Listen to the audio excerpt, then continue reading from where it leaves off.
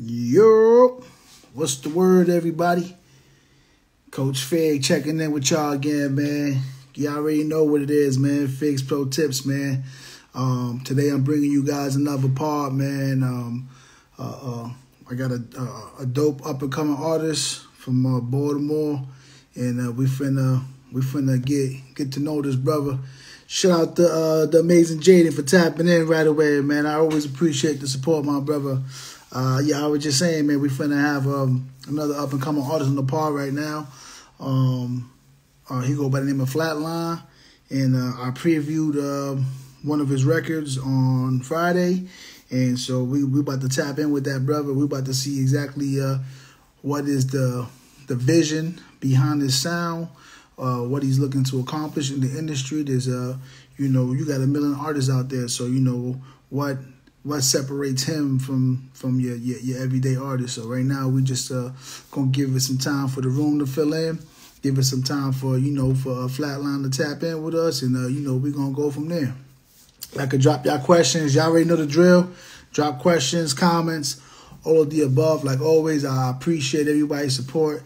I know you guys could be doing everything and anything else, but you guys tap in whenever I do go live or whenever I post something. So I do appreciate y'all, man. Don't ever think for a second that I take y'all for granted, because I don't.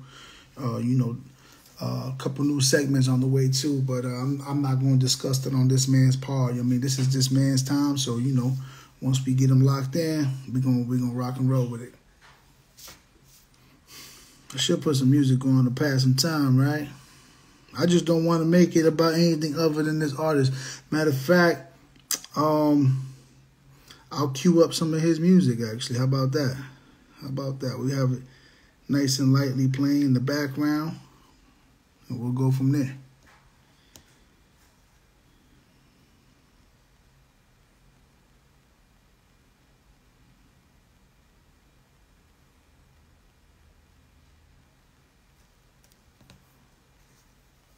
Militia X, what's the word?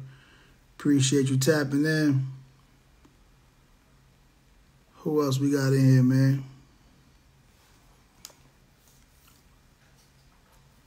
We just waiting. We waiting for Flatline to tap in with us, man. Once he tap in with us, man, we'll be ready to go, man. Actually, while we wait, I can also speak on a couple other things, man.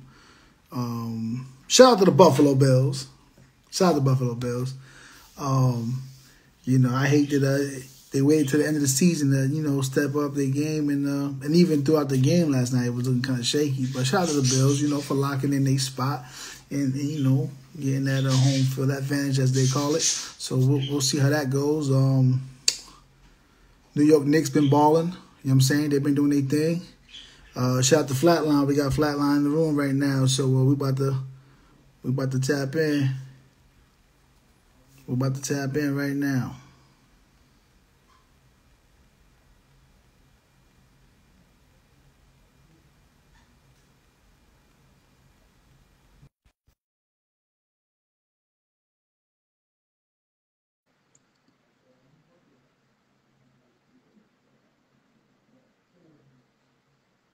Should be coming through. What's going on? Let's see.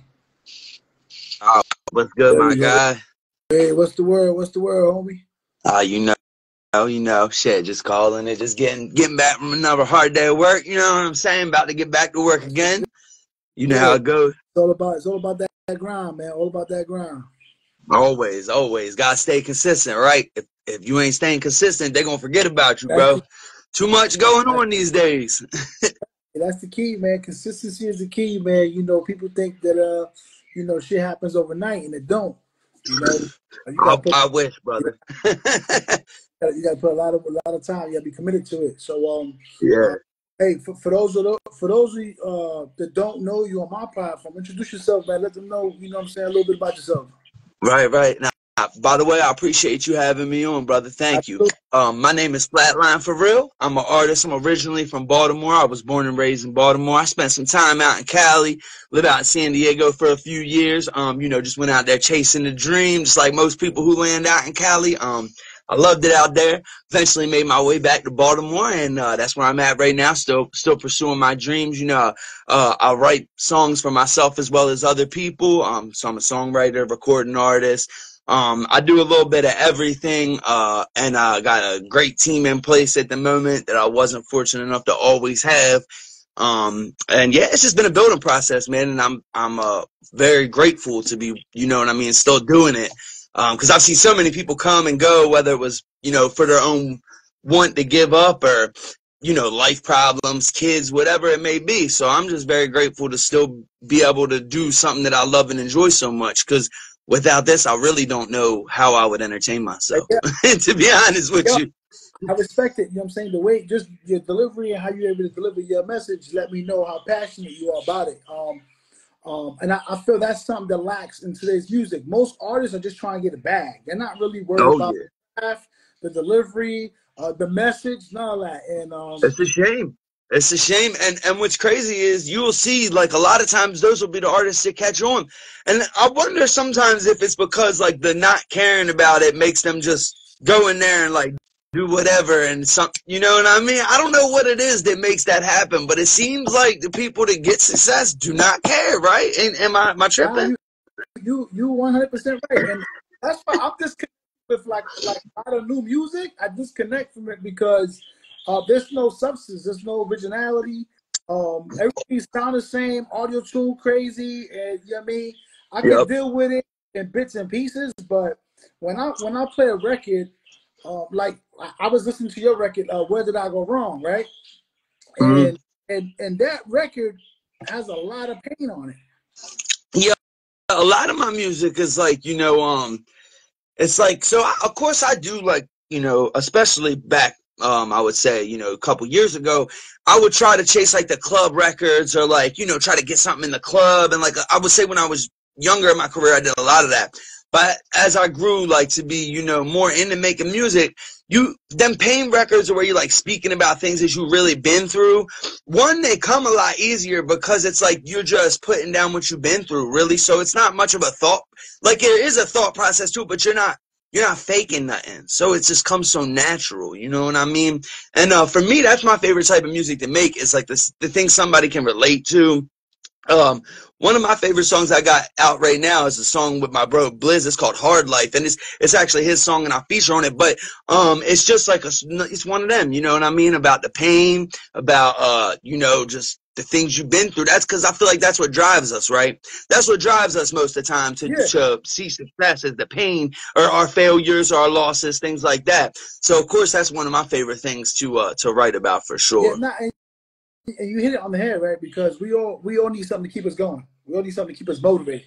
And so I was looking at your catalog, right? And you got a big catalog. You got a lot of songs out, right?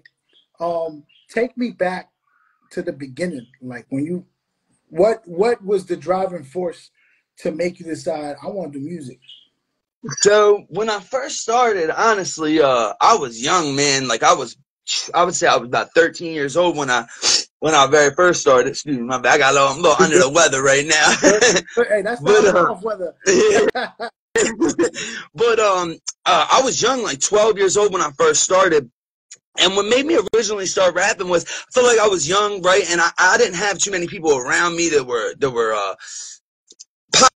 positive influences, right? So like most of my family members were drug addicts. You know, I feel like a lot of people who were born around the same time as, you know, as people like us, a lot of the people that we grew up around were, you know, it was right after the crack era, right in the opioid epidemic.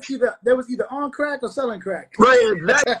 And if not that, then they was on the downer. So it was like one, you know what I'm saying? It was one or the other, right? So I didn't have a lot of positive influences in my life, but one of the places that I did find positive influence was from the other local, like, people who rapped in the neighborhood. Now, I'm not saying that I would want my kids with these people, but they were more positive than, you know, my uncle who was, you know, doing his thing in the back room, you know what I mean?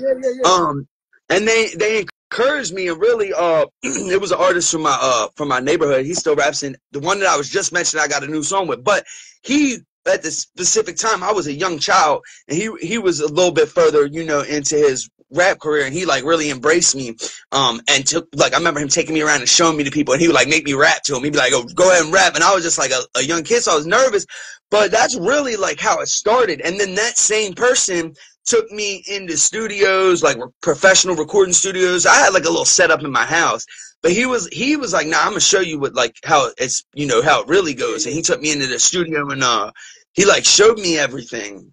He actually took me to New York. Like, when I say took me, I mean these were his opportunities, and then he included me in them. You know what I mean? Like, he didn't have to. These were things he got booked for, and then he brought me with him just to help me out, like, so I could see.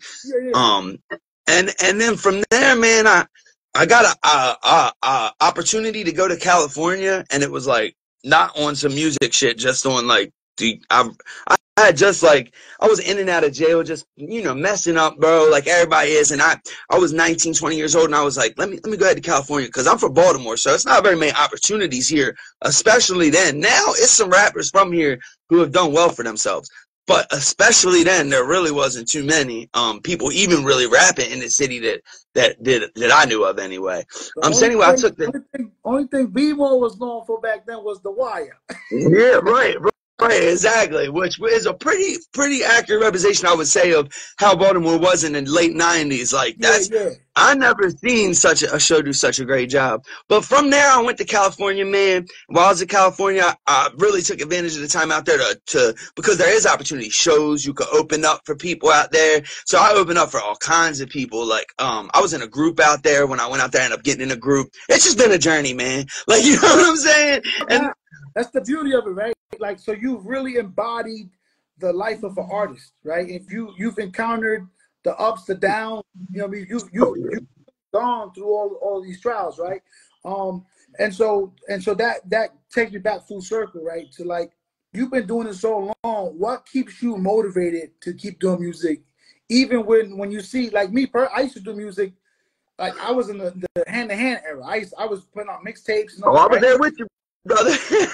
Like me today, I wouldn't even know where to pull inspiration from, because I feel like I can't relate to what's out there. And if I can't do music the way I want to do it, I don't want to do it. You know what I'm saying? Mm-hmm. And so for you as an artist to have a hot record, but the people may not gravitate to it the way you feel they should, because you ain't got the audio tune, because you ain't talking the boy shit, you're not promoting all that other silly shit. You know what I'm saying?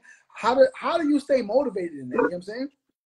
I would say definitely, man, it's the people that listen. Like, so I was explaining this to one of my friends the other day. So when we was coming up, it wouldn't be nothing weird for you to hear like Lionel Richie drop like a new album when he's like 60, right? Because he had fans that listen to that type of music. So I was explaining to my friend, it's like, look, when we was young, older people didn't listen to rap music. So it would be weird to see an older rapper.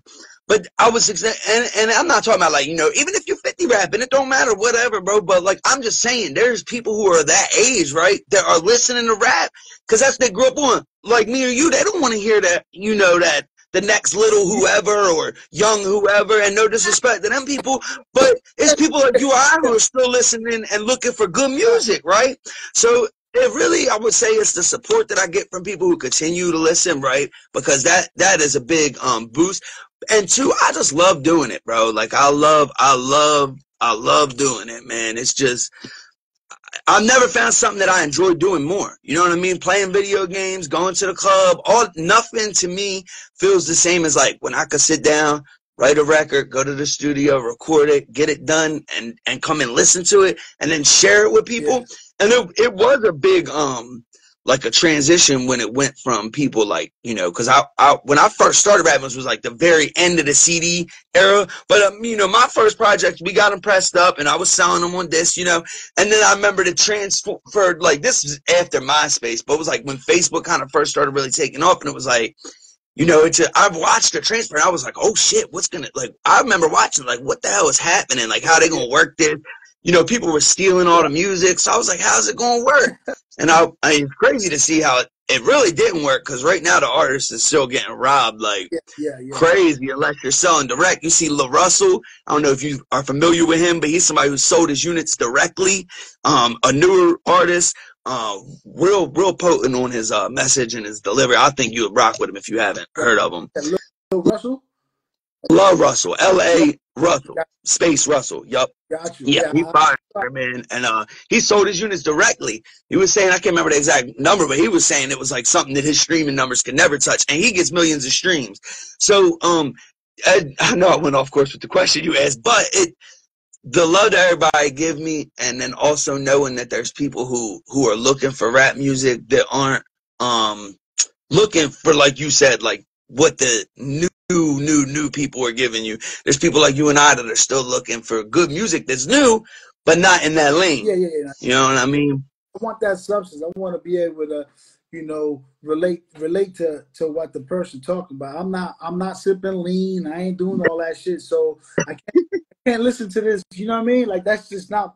I'm from the era of the hustler, right? And right. It don't make no sense to you. When I listen to music, I'm like, we went from being hustlers to being, abusers. You know the fiends. Right? Like the fiend is glorified. You know what I mean? Like when we was coming up, glorify the fiend. You know what I'm saying? And so and so that for me is like where did it go left? Like who dropped the ball? You know what I'm saying? Like I mean, man, I think it's a lot to do with I think it's planned, like, to be honest with you. I think that the industry pushes certain stuff. You know what I mean? And I think that they wanted people to be drug addicts. Like, I fully believe that, bro. I think they was pushing people back then to commit crimes by rapping about that type stuff. And I think now they're pushing people to be drug addicts. And I think that's just the truth. When DMX dropped his first album, and this is a known story, Def Jam circled back to him and was like, yo, we're going to give you an extra $1 million guaranteed on top of that if you give us another album. You know what I'm saying? And they just wanted more of that raw, gritty street shit. You know what I'm saying? So, yeah, of course, that's where they make the money up. There's no profit in a good message. You know what I'm saying? That's where I think it switched that, man. And also I think it was a lot with like the younger people too, because I come from that same age, and then like I'm like right at that age gap where I'm still a 90s baby, but like barely, right? Like barely. You know what I mean? Oh, barely born in the 90s type shit. But like I see a lot of them, my peers, people we grew up with the mothers that were junkies, the fathers that weren't there, right? Or if our mothers weren't junkies, they was working all day, and they weren't home to watch what we was doing. So we was out running around getting high, right? Yeah. Exactly. And a lot of that leads to people getting high. Like I dealt with drug addictions myself. I talk about it in the music. You know what I mean? Like I've been there. I understand exactly how a person could get there, and I understand how a person could get out and fall back into it too. So I understand it, but I think a large part of with this generation right now that's coming out specifically is their parents, aunts, uncles, or everybody around was drug users. So that's what they seen. Not only like they heard the rappers rapping about selling the drugs, but then they watched all their families using it. Even people. Even the people who was selling it ended up. Everybody I know who was a drug dealer is a drug addict now, or got out the game a long time ago. If they stayed in the game, they users now, bro. Or they went to prison. It's the only two options. Or three. You quit selling. You kept selling and became a user. You kept selling and got caught. So I think it's all of those things added up that gives us the outcome of what we have in music today, especially rap music, which is a bunch of kids basically they're rapping about what they're hearing other people say, and they're doing what they hear other people say, even if those people aren't doing it. So there's artists that rap about drinking all that lean and shit that ain't even drinking it all the time, but they tell you that because you think it's cool in a song. So it's just man, it's really like I think they do it for multiple reasons. The main one being that's what's selling right now. So that's what they're going to do. Me, I'm not changing my steps for what sells. I'm going to keep doing what I do regardless. And if you don't notice, the people who always switch their sound when the sound changes, they never catch on because they don't have their own sound. Yeah, there's no identity. Exactly. But when you listen to a group of my records, you're going to know, like, okay, if you listen to an album, you're going to be like, that's the type of music he makes. He could vary from it, but he's got like a lane, and you're not going to mix me up with them people. You know what I mean? Even though I've been through them same things, I just choose to present it in a different way. You know what I mean? Rather than pop. Right, exactly.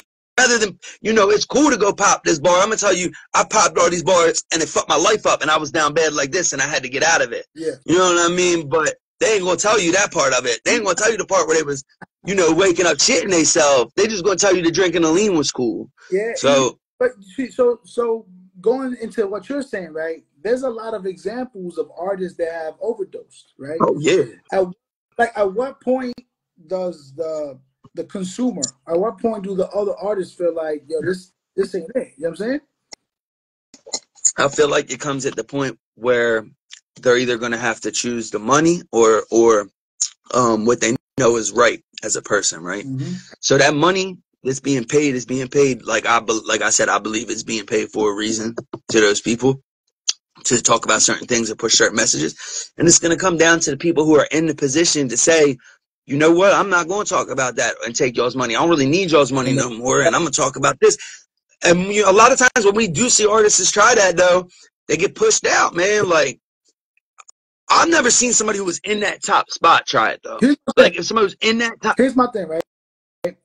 Me personally, I feel that you can only be canceled if you allow yourself to be canceled, right? Oh, right. That's right. Because look, and I mean, that goes on any level. Think about, I'm going to take it back to somebody that got canceled before cancel culture was a thing, right? Ja Rule was super big mainstream artist, right? I thought he was dope. I thought he was dope, right? He had shit for the streets, shit for the ladies. Like him too. I used to fuck with y'all, right? And then 50 came out, right? And I don't give a fuck who it was. 50 was gonna destroy it, right? But 100%. I feel that what happened with Ja was that he fell to the pressure of, I gotta respond with hard records. Nah, man, stay in your lane, keep doing these hit records, and it don't matter. It's two different lanes. Mm-hmm. And so when you speak on what you speak, I know exactly where you're coming from, because when you at that peak point, like you gotta make that decision, right? And Ja it didn't seem like he was willing to step down. He wanted to keep riding that high horse. And so that's why he failed, right? Because 50 was relentless. You know what I'm saying? And it's crazy because as soon as he felt that pressure to reply with them hard songs, like you said, right? And I completely agree with that. But then we watched 50 Cent do what right after Ja Rule kind of went silent. He just took his style, kind of, right? But that's the manipulation, right? Because 50 made everybody say Ja was trash. He keeps singing on records. All you do is sing with, and then he hit you with hit after with the same style. Same song. I mean, even some of the songs off his first album was like that. But after that, it was like, that was like his go-to. That was like, he said, I'm gonna knock off Ja Rule and steal his music. Formula, that's why. You know what I'm saying? Yeah, for sure. But 50 right. More to the regard that he used different artists to do it with, right? Like, take the right one. So he made Ja look crazy because he would say shit like, one more record and y'all gonna be a duet, because it was always like Ashanti, right? It was like the same feature all the time, you know what I'm saying? And so he was like, one more record and y'all duet. So Ja stopped doing records with Ashanti. Like, he starts, trying to... Because winning shit that he was doing that was working for him, he'd convince him that it wasn't cool to do. No, 50 Cent was a genius, man. I ain't gonna lie. I've always thought he was a smart man. Like, his first CD is one of my favorite CDs of all time. Yeah. But away from that, I just think he's a smart man, smart man, like a maniacal man too. Like, bro's maniacal. Like, I think he plotted all that out for like a long time. Yeah, he had time to think about it, bro. He got hit up, he got the recover. He was laying up in that hospital bed like, I'm ruining everybody's careers when I get out of here. He succeeded too. But yeah, no, I think it would take like and I see artists like J. Cole trying to do it, like Kendrick. But why wasn't J. And I love J. Cole, but why wasn't he doing it 10 years ago when he was making the songs? When he we got a good thing. Oh no, I'm gonna see you again.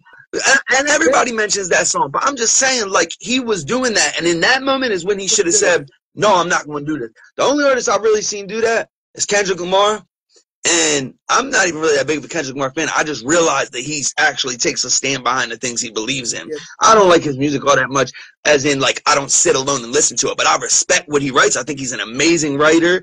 I think he's a great rapper, just not like my style to listen to alone. But, you know, there's a lot of artists like that. But I see that he actually takes his stand on what he believes in. And I think J. Cole does now. But we need, like, a young artist who's doing it on their way up to be like, this shit ain't it. And I think Lil Russell is one of them people. I promise you, bro, if you go look up, bro, after you get off of here, you're going to love him, bro. Yeah. Now, once we get off of it, I'm going to keep tapping in with you regardless. And I'll make sure that we, you know what I'm saying, get this information right. Because that's what, like, so that's my whole thing is to bring light to the artist. Like I sit with multiple people, artists. I used to box, so I sit with a lot of boxers and all that other good shit, right? So actors and so on and so on. My whole purpose of it is just to bring a positive message to the up and coming artists, to the up and coming fighters, to your average day-to-day individual that's just trying to do something better in their life. You know what I'm saying? You out here, you got fucking. I seen some records got 20 something million dollars, not $1 million, but 20 something million streams. You know what I'm saying? Oh no. So there's another artist named Flatline from Texas, right? Oh, so look, right. But he passed away. Rest in peace to that man. He passed away. So look, and this is something that I came across when I was in California, already going by Flatline. So that's funny. I've never actually just explained to nobody why I have For Real on the end of my name, because I've never been asked this in an interview before. But this is a perfect time for me to explain this. Gotcha. Okay. See, so there's an artist named Flatline, right? And he's from Texas. He's a very dope artist. He's passed away I think it's like 10 or 12 years ago, or something like that. So he's been passed away for a little while now, but he was a legend in Texas. Like, I mean, like a legend. Like, if you talk to a lot of Texas artists, they definitely, you know what I mean? He's somebody to look up to. So anyway, being from Baltimore, I ain't never heard of this man, right? So, and that's no disrespect. I legitimately just had never heard of him. In Texas, you could be famous, have a whole fan base, and have never left Texas because they support their music so hard there. You know what I mean? So anyway, I was going by Flatline, and I was in a group in California, as I was telling you. And so my name really didn't matter because everything that was being dropped under the group's name, right? But as I'm searching YouTube, I start seeing this other Flatline, and he's got like millions of views. So I'm like, oh shit, what am I going to do? Like, you know, this guy's got millions of views. But then, so at first I was like, I don't care. I'm keeping my name the same. Like, I'm not going to change my name for somebody else. It was my original point of view, which was very stupid of my young self at the time. But then I started realizing all my records that I uploaded that were solo records, he was going to be the one who was it would pop up like it was his music, right? And of course he didn't want that, I'm sure, because it wasn't his music, right? Yeah. So I never spoke to the man or nothing. But once I went solo, he had already passed away at this time. And I just decided that the right thing to do, because he had passed away, right? And not just that, but because he was a legend. He was older than me. He had the name before me, right? So I was like, my tag on Instagram was Flatline For Real. So I was like, I definitely can't just change my name because I done had a record deal and all under this name. What the hell, you know what I mean? So I was like, what am I gonna do? My homie was like, bro, why don't you just go by your Instagram name? And then that's kind of where that came from. But that is one of the things that leads people, so when they are searching my music, so many times I've had to explain to people like, no, that's not my song, but that is, or that isn't, but that is. And I understand how easy it is to I'm gonna have to really dig in now then, because I was like, all right, bet. So now I know what to look for. So that man is a legend, and respect to that man. And because I've had people ask me like, oh, you use that name? Do you not know that was his name? For the record, because I'm gonna post this like on my pages and stuff. I do know that is his name, and that is why I changed my name to Flatline For Real instead of just saying forget what he's talking about. Was out of respect for that gentleman. Because one, not only did I respect his music, but you know, the way that he passed away, I believe he was killed. So like, I don't, you know what I mean? I would never want to disrespect the dead. No man is not here to defend himself. Let's go back to the name though, right? Before you knew there was another Flatline out there, where do you get that name from, Flatline? That's an interesting story. So remember, I told you I started rapping when I was 12, right? Huh? So I was 12. I was going by Problem Child. I don't know why I made this name up, right? But this is like, oh shit, I don't know, 20. This is a long time ago, damn near 20 years ago. All right, so this is a long time ago. But I was going by Problem Child, and then I'm getting older, right? And now I'm like 15, 16. I don't want to be Problem Child no more, because now I don't want to be looked at as a kid, right? So I'm in like the little conglomerate with my friend that I had told you about, Blizz, that took me to like all these places. Yeah, yeah. So he is actually who gave me the name. I was like trying to think of a name. I'm like, damn, like I'm trying to think of a name, and we had ran like some names by each other, and we're like, nah, that ain't gonna work. Like, it sounds ridiculous as a grown man talking about it now, like I was a grown man trying to think of a name for myself. But that's what was happening, right? And he threw the name Flatline out there, and I was like, oh yeah, that's hard. And then I went home and I looked online to see if there was any Flatline, and there was no Flatline. No. To my searches, there was no Flatline. And I guess that he blew up right the fuck after that, I'm guessing. I don't know.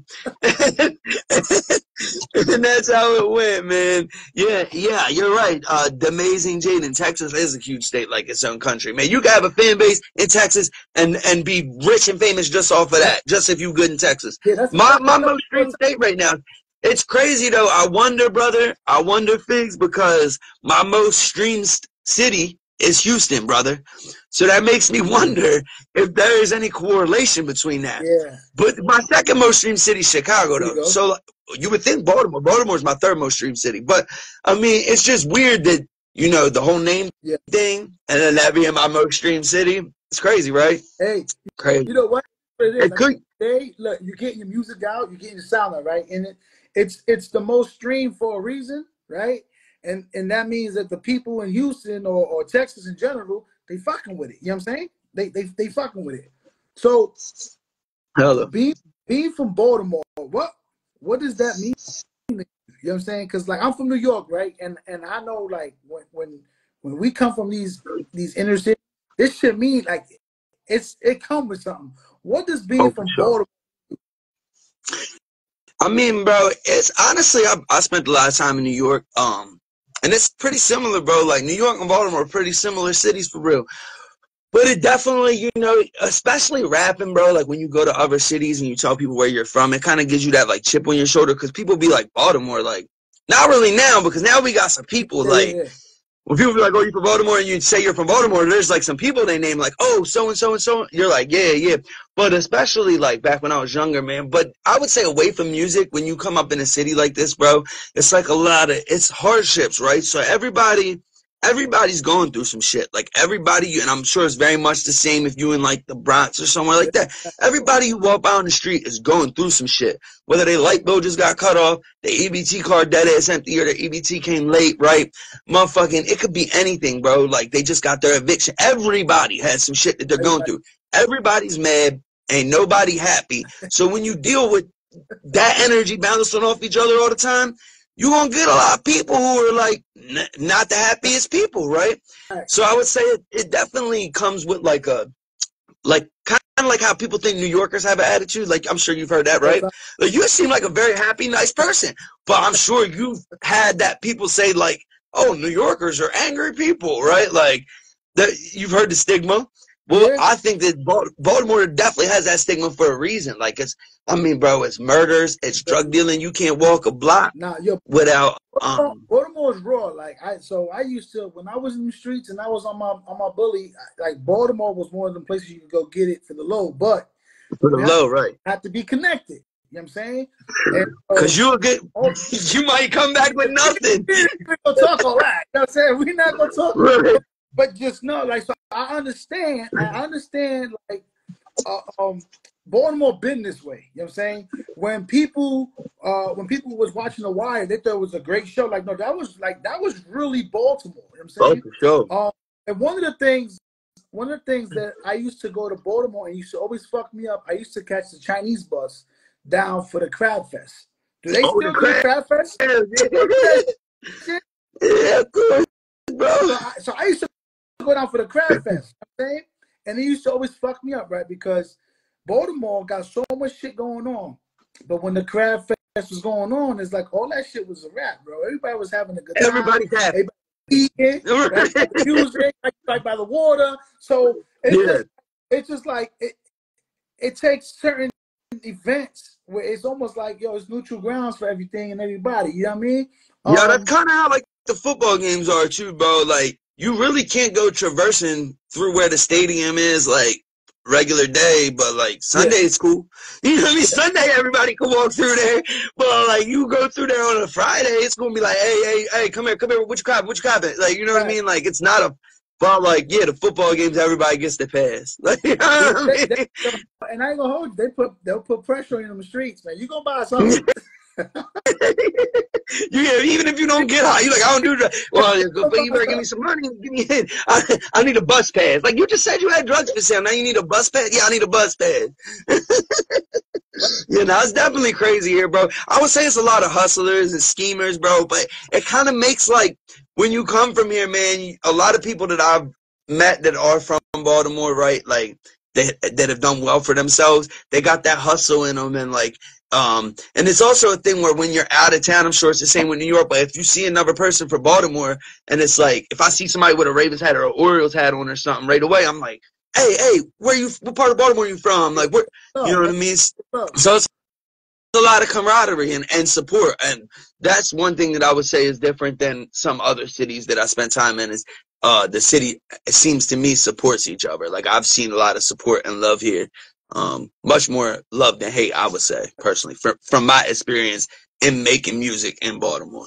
Right, so with the music going the way it's going for you, what's that feeling like when you touch that stage?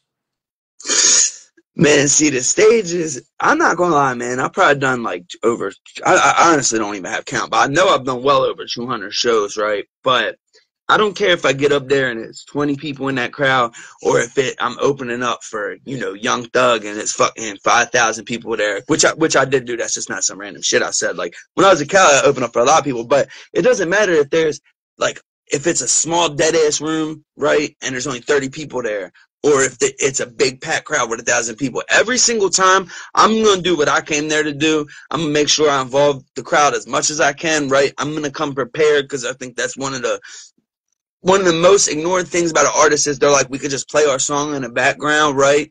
And then obviously that's not it, right? That ain't it. And if I feel like you could see the difference. Like if you watch somebody who's prepared, right? And they give it to you versus somebody who's not, you're going to tell the difference. But not just that, bro. What the crowd gives you back when you're performing is like the reason why you do it, right?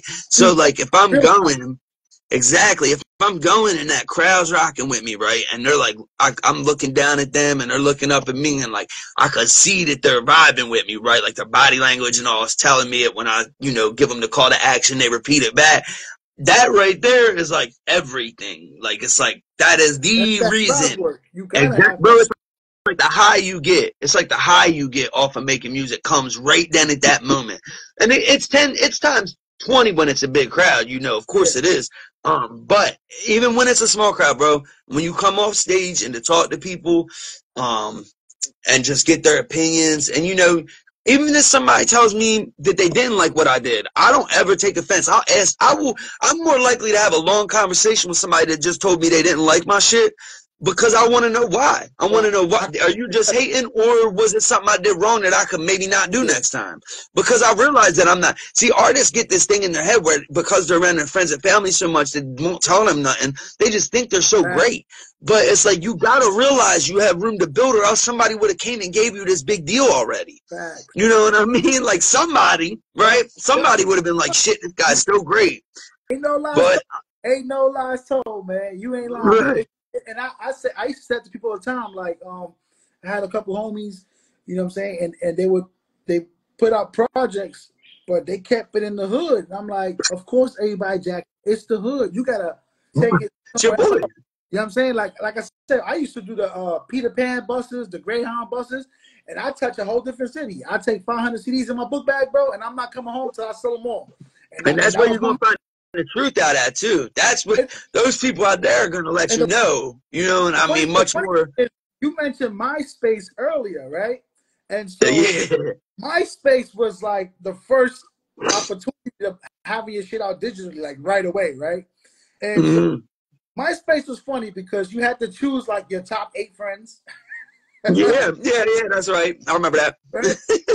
Tom was everybody's first friend, right? And then, and then, So, but you only had like 2 to 3 songs that you could put at a time. You can't, Right, because you had to delete them down, so you couldn't like rack up you views. couldn't, yeah, you can't, you had to move your shit, right? Right. And Yep. so I remember using that for when I would go out of town. I would tell people, "Yo, this is my MySpace, whatever song y'all jacking the most, throw that shit in the comments so I know which one I leave." And that's how I Right. know which songs they was feeling the most, where I was getting the Mhm. feedback from, and who was actually listening to my shit. And so, as a as an artist, when you say that you get your largest streams come from Texas, have you gone out to Texas and do a show out there? Yeah, but not since I started getting the streams. Like last time I went to Texas was in what 2014. So yeah, I mean, and I didn't even have no music up on streaming sites. I don't even know if Yeah, there was streaming sites back then. I think they just started. I think they just started. But nah, man, honestly, like so. As I told you, I was in a group, right? So the whole time I was out in California in that group, we was like going up and down Cali, up and down Cali. We'd hit like all the surrounding states, like Arizona, Texas, like yeah, yeah. Washington, pretty much anywhere that we could touch, right? Like anywhere we could touch that would have us, we go. You know what I mean? And we was doing pretty well for ourselves or whatever, as far as like, you know, not having no like budget behind us or nothing, just our own money. So anyway, once we got to the point where we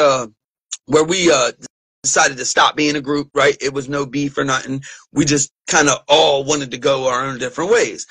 I think we all wanted to, you know, pursue different things, so to say. Mine being that I just wanted to figure out what was next for me in life. I kind of got tired of the same, you know, thing. I missed my family in Maryland. I was like, I'm gonna get back home, see what's up out there. So once I came back here, I was like, I'm gonna start driving solo music by myself, which I never have really pushed my solo issue. Like I put out songs, but never really like it was always um about like the other like you know the group Yeah, or yeah. whatever.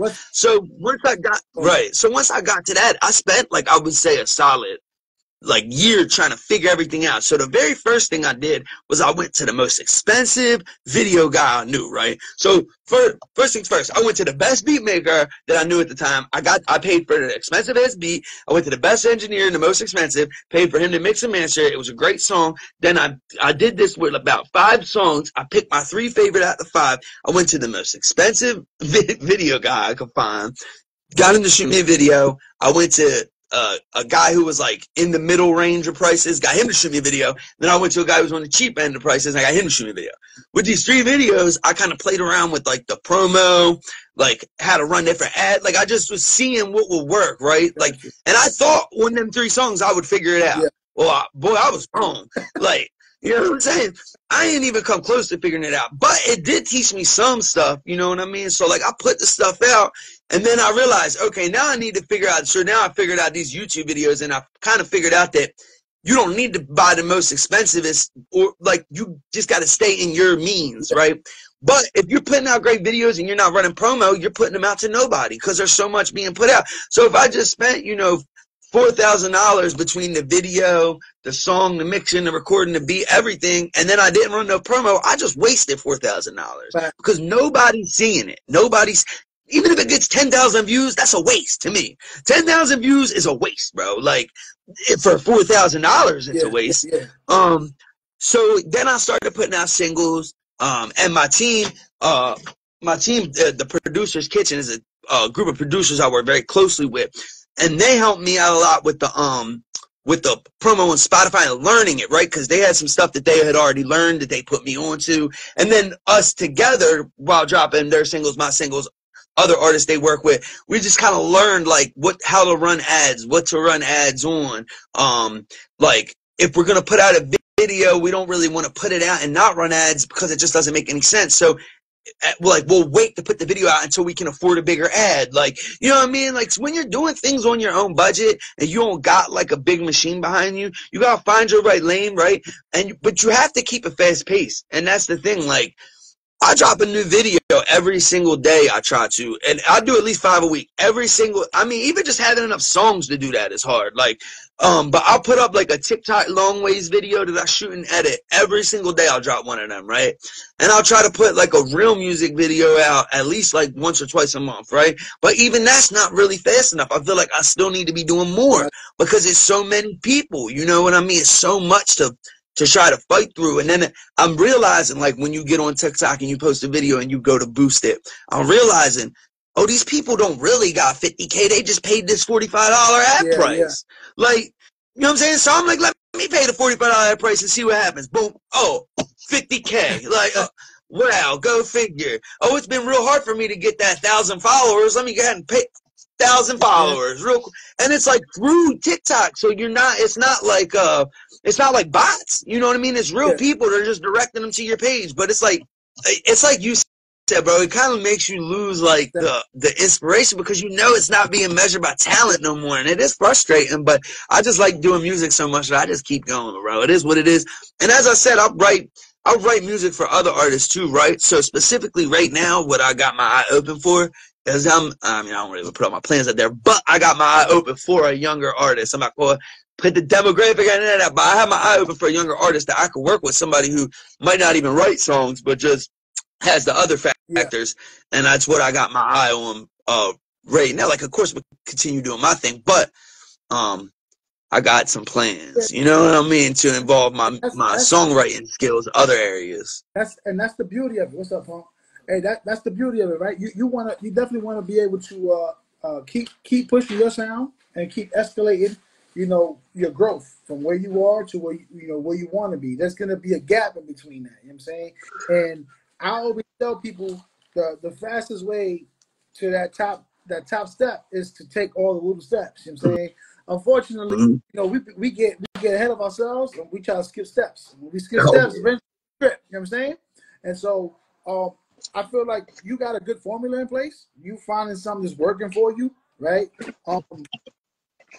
You're self motivated, so you're not leaning on nobody to be like, yo, you going to the studio, you're gonna do this video, you got your own machine. So, what do you feel? Because I'm gonna give you my piece on the back end, but what do you feel is the missing piece for you right now? That is a good question, man. Because this is actually something I've sat and I've thought about, right? Like, obviously, we all like to be good at what we're doing, but we have a tendency to measure our skill with our success level, right?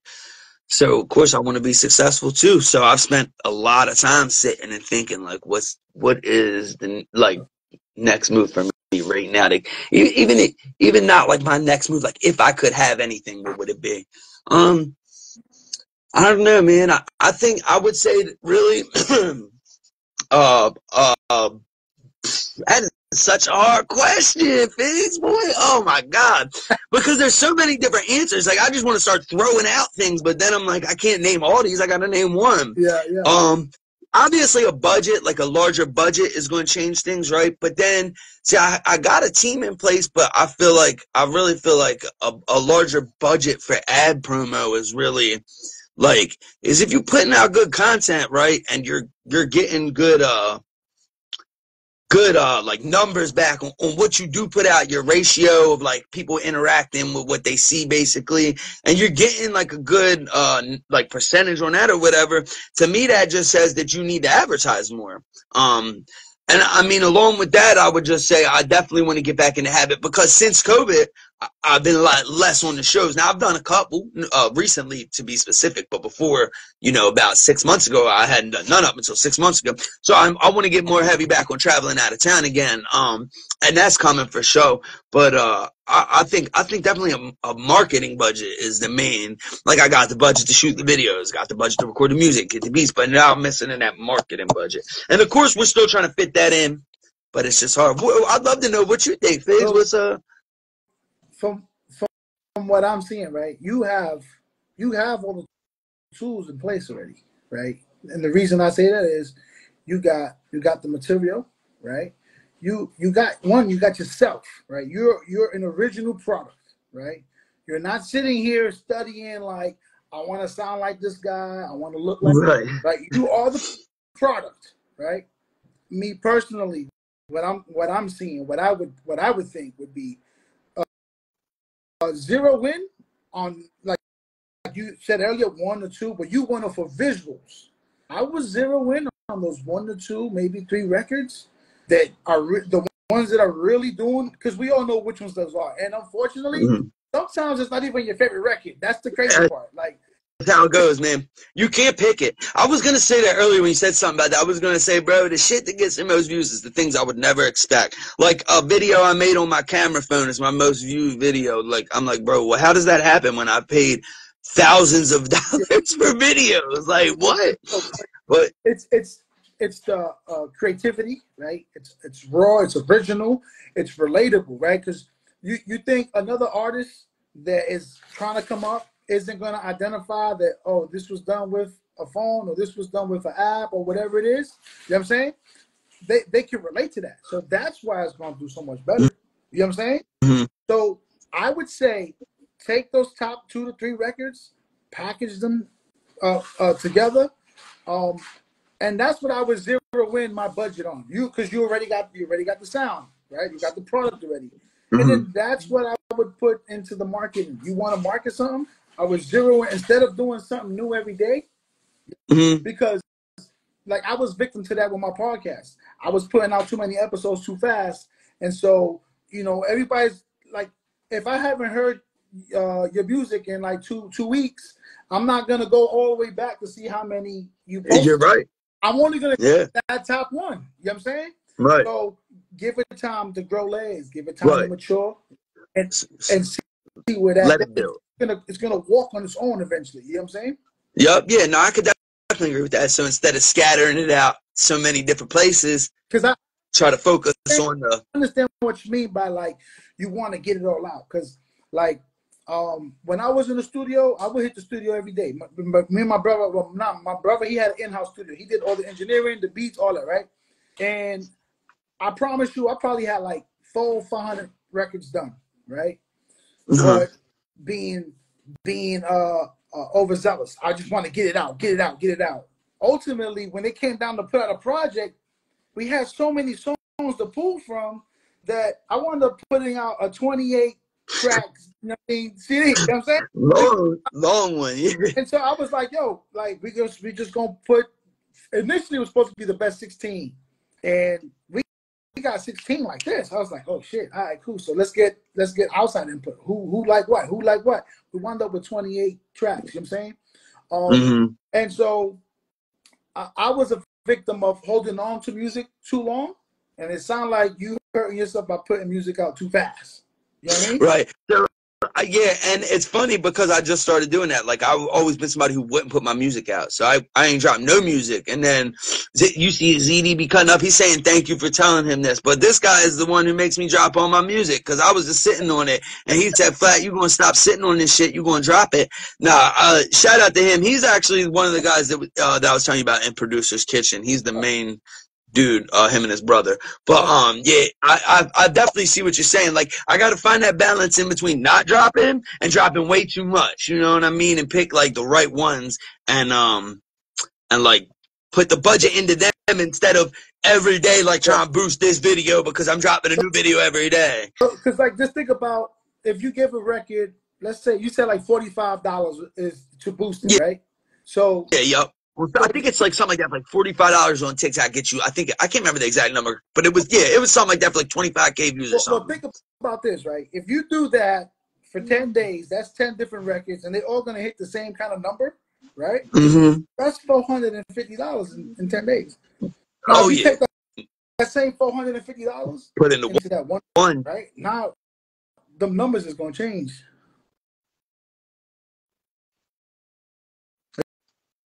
He said you gotta get annoying with the content. Yeah, he wants me to do more content that's not music, like other type of stuff. Like or if it is music, like not drop a new song every day, but like have you seen how people have like one song and they make like a lot of different content to it? So that's another thing that I'm trying to figure out my own lane in. I don't want to copy nobody, so I want to do it my own way, you know? Check it out. You don't even have to be the one to do it. you could again pick a song that you want to get behind on and create a challenge and let the people make their own videos and reels behind that on Right. TikTok and all of that, right? And then you let that rock for a little bit, and then you do a poll, and whoever has the best short video, whatever they do, a reel or a TikTok, they could get a featured or something in your next video or something. You know what I'm saying? Like they could do a Right, cameo. yeah, well, yeah, hell yeah, yeah. If it's like a rap, I love that idea, bro. That's a And great so, idea.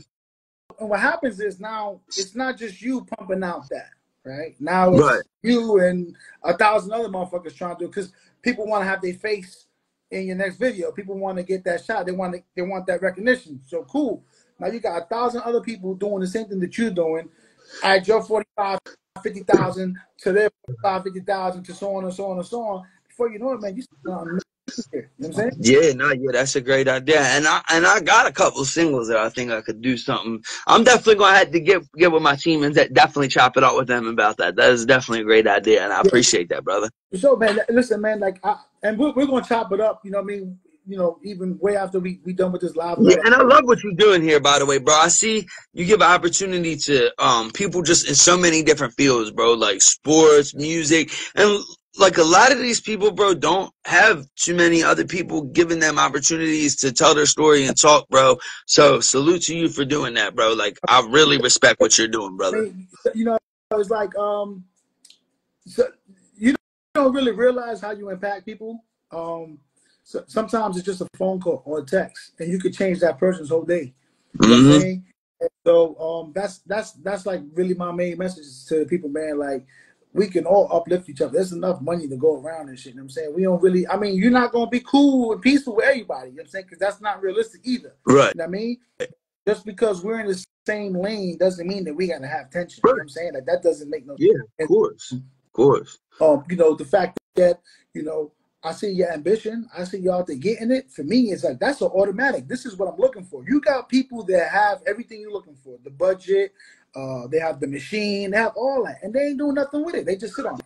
You know what I'm saying? Yeah, I see it. And I see it, man. so, And then you know what? I don't know what that person's going through, so I can't speak down on it. But I promise myself, if I ever get in that position, not I if, won't when. win. That's right. Win. That's right. I hear you, brother. That's right. Yeah, but I promise I won't do myself that same injustice. You know what I mean? Because that's really the only person that's getting done the injustice to is you really just hurting yourself. I mean, everybody that believe in you, right? yeah, right. I just said on the last part I did, right? People think that like, like if you get locked up and you do a bid, it's like you're the one going through the stretch. But it ain't just you, man. There's a mom that's grieving, right? If you got kids, your kids is missing you. If you got a lady, she's Whoever's struggling sending you money, that's a lot of people up, bro.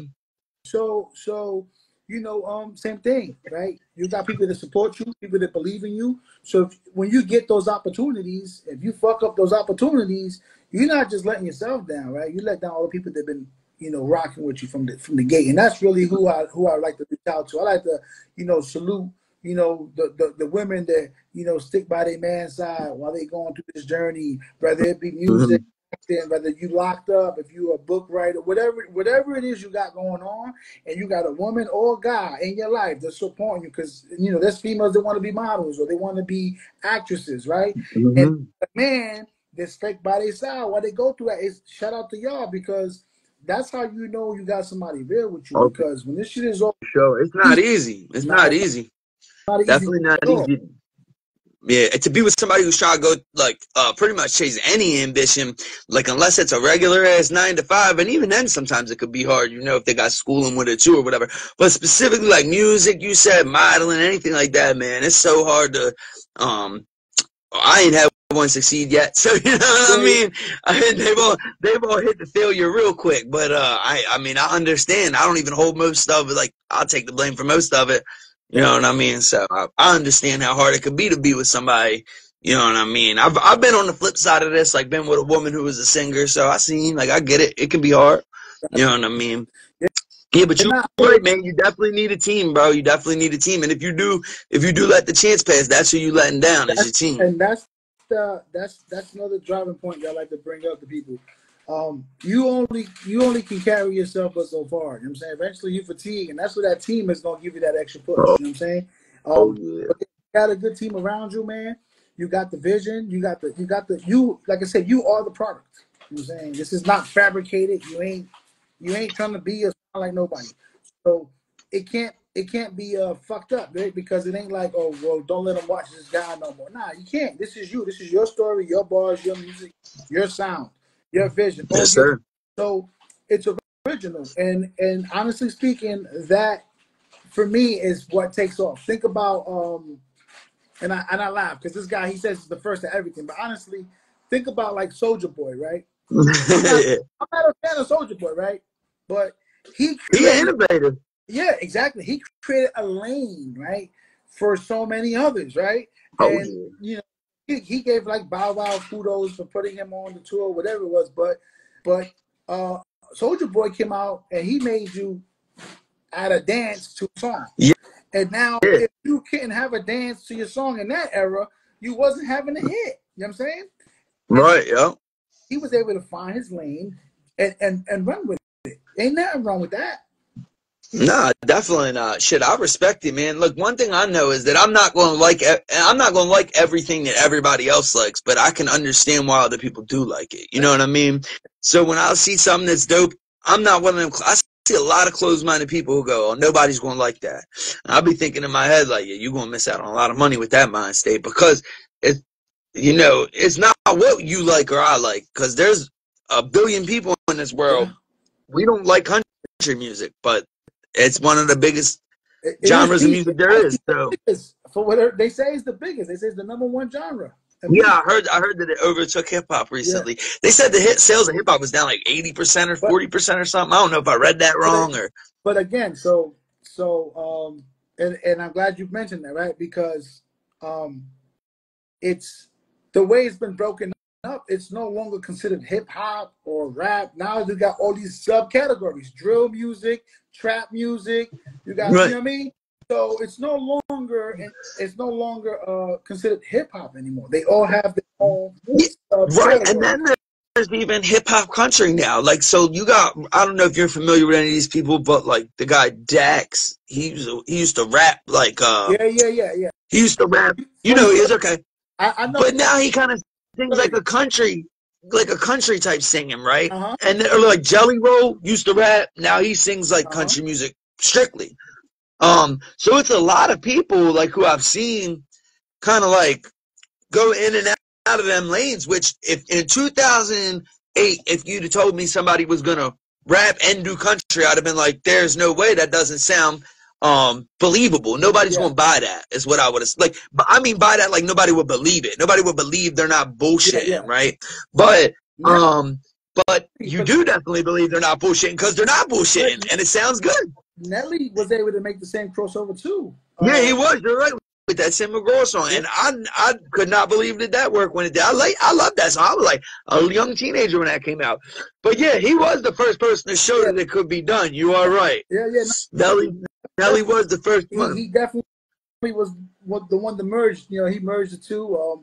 And he did the damn thing with it. And I think that again that speaks to the level of creativity and the skill set of an artist, right? Because Mhm. that's what I feel is lacking. And this is something I want to get back to when you said that you and the group separated, right? It's different when you got a group and it's like he got the hook, I got a verse, he got a verse, he got a verse. But when you a solo artist, you Doing got it all. all of the above. You got all Yeah. the above. So for me, when I used to write, my cheat code was the hook. Once I had the hook, the track was light work. You know what I'm saying? That was like Mm-hmm. that's what I'm saying. Because I felt that the hook was the hardest thing to do. If you're hooked, like, and that's what's missing in a lot of these new artists. The hooks don't match the bars. The bars are barely So available, and then when they do a visual, the visual don't match the song. It's like, what the fuck's going on? I don't even understand. And look, I'm a full believer in a lot of these numbers are fudged and faked and like I could point some situations out to you. I don't like. I mean, I'm not saying like, though. That's why I ain't pop. That's not what I'm saying. But I'm just saying I noticed things. So I noticed Young Boy being the most streamed artist in the world, right? But then out of nowhere, he's selling 15K first week. Like, how does that happen? How does somebody? There is no real reason it happens unless there's no way that 400,000 people decided they just didn't like his shit no more. Yeah. You know what I mean? So these people were never watching his shit in the first place. Right. It was bots. Yeah. And I don't know if you're familiar with Chad Focus, but he's a person from Baltimore, and he's been on Vice TV, right? And he basically explains like how labels use these bots. He actually got like a Fed case and shit or something to do with all this shit. I don't want to speak on the man's situation that I don't 100% know about. But so you seen it? Did you see it? Talking about. So yeah, he like went and was like explaining it to people, and I was watching, and I was just in disbelief. I was like, wow, so this guy kind of figured out the cheat code. He used it on himself, and then they locked him up. That's fucked up. You know what I mean? Like, he figured it out, and then they locked him up for it. He broke the system at that point. You know what I mean? Yeah. And it's crazy to know that system is in place. Like, if that system is in place, like, who's to say they weren't doing it before when it was CDs? But they've been doing it. So I don't know if you remember, but there was a time when Bad Boy was kind of like they was doing the band. They had so much because they was trying to keep the label right? Yeah. And the album dropped. The band, they had the craziest TV drama going. I remember. They had the war going on, right? But when the album dropped, it did no numbers. It was actually part of their their TV sitcom where Diddy was like, y'all ain't the fucking red. Y'all out here celebrating like y'all ain't sell no units. And then it was they went platinum out of nowhere, right? So Diddy bought 1 million units, and then when they was doing the performances, when you bought a ticket to the performance, you got a free album. So they counted it as a CD sale. So it was genius marketing, though. Yeah, they do that thing. I mean, there's artists now who do that with their clothes. So like Nav's got the Vlone, you know what I mean? The shirts with the V's on it. And he does a lot of packs, like, because the shirts sell so much. He'll be like, when his album drops, he'll be like, I'm dropping a limited 15,000 shirts with this album. That's that marketing. And it worked for him. And I'm not hating on it at all. But I'm just saying, like, when it comes to them bots, it's pretty interesting to watch somebody do, gold first week gold numbers, and then their next album comes out not even 4 months later, and it does 15K. So yeah, 15K would be. If I did 15K, I'd be jumping for fucking joy. But for them to do 15K, that's not that good. 15K, you know what I mean? The artists, those are good numbers. You know what I'm saying? If you were indie artist. But when you got you just did 40K, you signed Atlantic or what? I don't even know what the fuck you got going on. But would you be interested in like a distribution deal? Because I think that's probably the best fit for you. A distribution deal gives you full control of what you got going on. You know what I'm saying? Yeah. So when I was younger, that's the only type of deal I've ever had was a distribution deal, and it was one through like a contest. You know what I mean? Like everybody performs, the winner gets this distribution deal. But like it kind of all was like for one single or whatever. But I would definitely be interested in it. That's something like what they do over at what Ghazi and them do over at Empire, right? Yeah, Empire. Yeah. So I definitely would be interested in something like that. Right now, my bad, go ahead.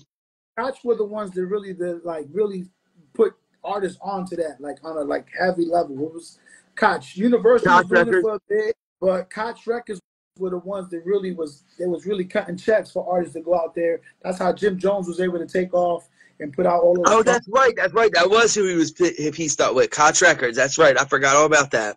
Hell yeah, I forgot about. No, I would definitely love to do something like that. And right now I just do all my own distro through DistroKid. Like a lot of people have like been like, oh, you should go to United Masters. Like you should go to United Masters.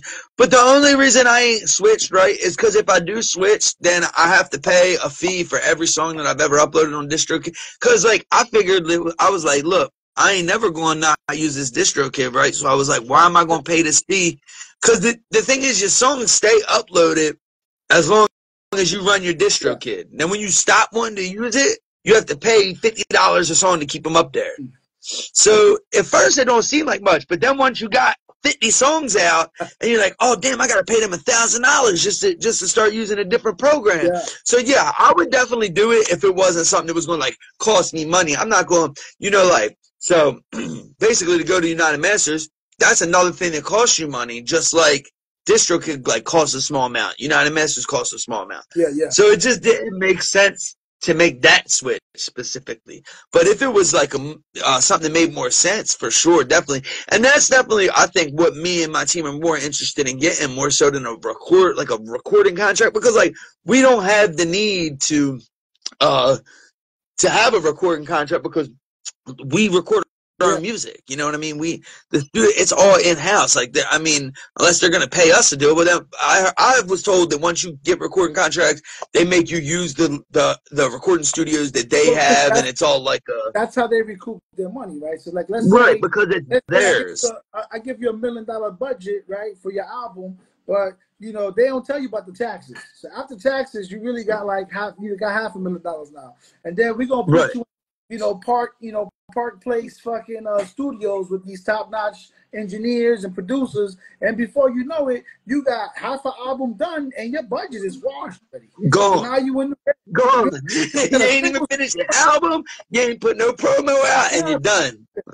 and then so they say, oh, you need more money? No problem. Here we go. They give you some more bread, and now the album drop, you never recoup those funds.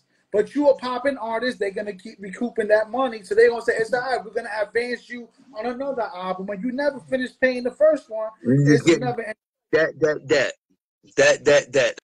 that's how so many artists end up broke. And that's one thing, like, I am at least financially literate, so if I ever got some money in my hands, I know I just wouldn't let them play me like that. Like, it just couldn't. And I think that's another bit, like, I've had some meetings that went very left, like, when I was younger, and the whole shit was weird to me anyway, bro, to be honest with you. Like, I just thought the whole shit was weird. It didn't make any sense to me. I've just seen a lot of weird things in the music industry, bro. Like, I've seen a lot of people who pop off who didn't make no sense why they popped off. I've seen people that I thought were planted here by it. Like, I try not to be a conspiracy theorist, bro, but this shit be looking crazy, don't it, though? Like, you see some people who pop off, and you're like, who the fuck even supported this person to get them? Like, you ever wonder why anything you say that has substance, they call it a conspiracy theory, but anything that's just fly by is a fucking fact. It's all good. You know what I mean? Everything is ass backwards. Everything is ass backwards. Yeah, bro. I agree. It's crazy. To focus in on like your craft right now, what are 2 or 3 artists that inspire you to, like, somebody that might drop so you be like, oh shit, that was hard. It might make you want to push your pen a little more, or. All right, so 3 artists I'm listening to right now, like out right now. I'm gonna say ESTG. I love ESTG stuff. I like his whole delivery. I like the way he flows with it. I even like the way he does ad-libs different than any other rapper I've ever heard. If you listen to his songs, he kind of like talks his ad-libs, and then he has them turning them up louder, but because he's saying them like kind of like, it kind of sounds like he's like mumbling them up. Bro, he's hard. Yeah, and then they put this like effect on him. It's really hard. So yeah, ESTG's up there. Finesse 2 Times definitely up there as far as what I like, because I feel like he just talks a lot of what I like, man. Yeah, he sounds like he and then with it. Finesse 2 Times. Huh? Finesse oh 2 Times. yeah. He sounds like he coming straight out the mud with it. Yeah, I love his stuff. And damn, it's hard to, I only got 1 left. See, the thing is, I want to really name somebody who you asked me who I listen to, right? So whatever then. YG Tech. He an artist from Baltimore, Maryland. YG Tech. Bro is sliding, man. He's doing his thing out here. He's hard. His music's Eddie talks that hustle shit, that pain shit. But if I had to name another like widely known artist around, I would probably say I really like Moneybagg Yo, man, but I really like what the new stuff that Offset's been putting out. from Migos, bro. Like his solo stuff. Like those, I know I just named 5 people instead of 3, but that's what I'm slapping right now. That's what I'm listening to. How in tune you are with the music scene as well. You know what I'm saying? Because Right. I know I personally was one of the ones that when I used to do music, sometimes I was way out of tune with other artists. I didn't know who was who. Like there was times that we went to do shows, and I'm asking another artist Like who's information, and he's on the fucking fly with me, dog. So who got the who we getting the payment from? And he's like, yo, this motherfucker fly with me. right? So Yeah. like when I was doing, I was like disconnected that way. And then because for me, I felt like I enjoyed hip hop so much that I don't sound like nobody for being too much, because like I love me some Styles P, you know what I mean, some Chic Oh Luge, yeah. Kiss, right? Method Man, I think Method Man got the illest bounce Hell all yeah. time. Yo, not to cut you Heard off. him, Busta Rhymes, like you know what I'm saying, like Oh yeah. so. Yo, not to cut you off, but somebody you just named was one of the first artists I ever opened up for, bro. When I was 15, I went to New York with my mans that I was telling you took me to all these places. And we opened up for Chic Luge when I was 15 in Brooklyn, New York. I didn't mean to cut you off. I just want to let you know that. That's crazy. That's dope. Now, Chic Luge is definitely one of the illest. You know what I'm saying? He grounded. He a real one Yo, too. He it was some good, bro. There wasn't even no separation between the stage and the crowd. It was, I ain't gonna lie, that place looked like a strip club that they just took the stripper off the pole. Proud of all that. They got the bottle and he passing the shots out here. Yeah. That's what the hood love them. You know what I'm saying? Because everybody can identify. Everybody can tap in with them. You know what I'm saying? It's Yeah, like yep.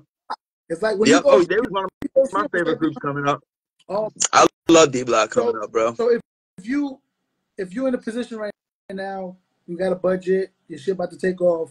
What are some artists that you would be inspired to work with? Oh man, so like man, there's a lot of artists. All right, so I would say first and foremost, I would love to get artists from my city and the artists from my city is who I want to work with. There's a girl named Too Raw.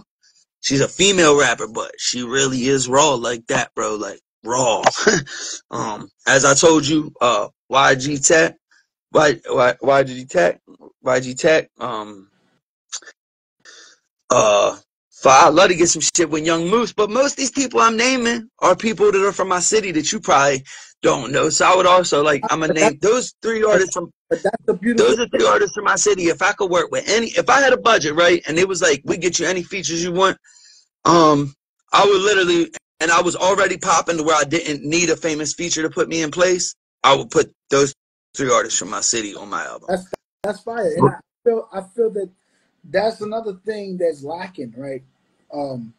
Because you're from Baltimore, and when you put it together, and you coming out the city, and you can get 2, 3 other artists to stand with you, like you guys would be the representation of Be More. You know what I'm saying? Like those people I named are already on. They already are the representation of Be More. Those 3 people for real. Like there's like 5 or 6 artists that are really on. But I'm just saying, if I had a budget, I'd be getting them on, bro, because I love their music. I'm saying that you guys would be the rep for the city, meaning on a global level. You get? I see what you're saying, bro. Of course. Like, Yeah. The beauty of it, right? Like when you think of like who's the artist that's done that for other artists, like see Kanye, right? But they weren't all from his city. But Kanye put Big Sean, he put him in a position to win. Yeah, right? for sure. Pusha T, I think one of the illest, right? He dope lyrically. A good example, I think, of what you're talking about right now would be Yo Gotti. So Yo Gotti's put on little Moneybag Yo, Lil Baby, 42 Doug, all them. Yeah, you know what I mean? Because of the street politics that are attached to. You know what I mean? Yeah. I don't know him personally. I'm just saying he signed a lot of other artists, is what I'm saying. Like, he's put on. Yeah, but it is some shit there. You're right. It's always some shit everywhere. You always got to watch what you're saying and what you're doing, man. It's crazy, man. I'm just trying to name somebody to sign some artists, but you're right. Oh, Birdman, right? You got Birdman, right? Birdman, Right, yeah, right. right? So that's what I think when I think of that.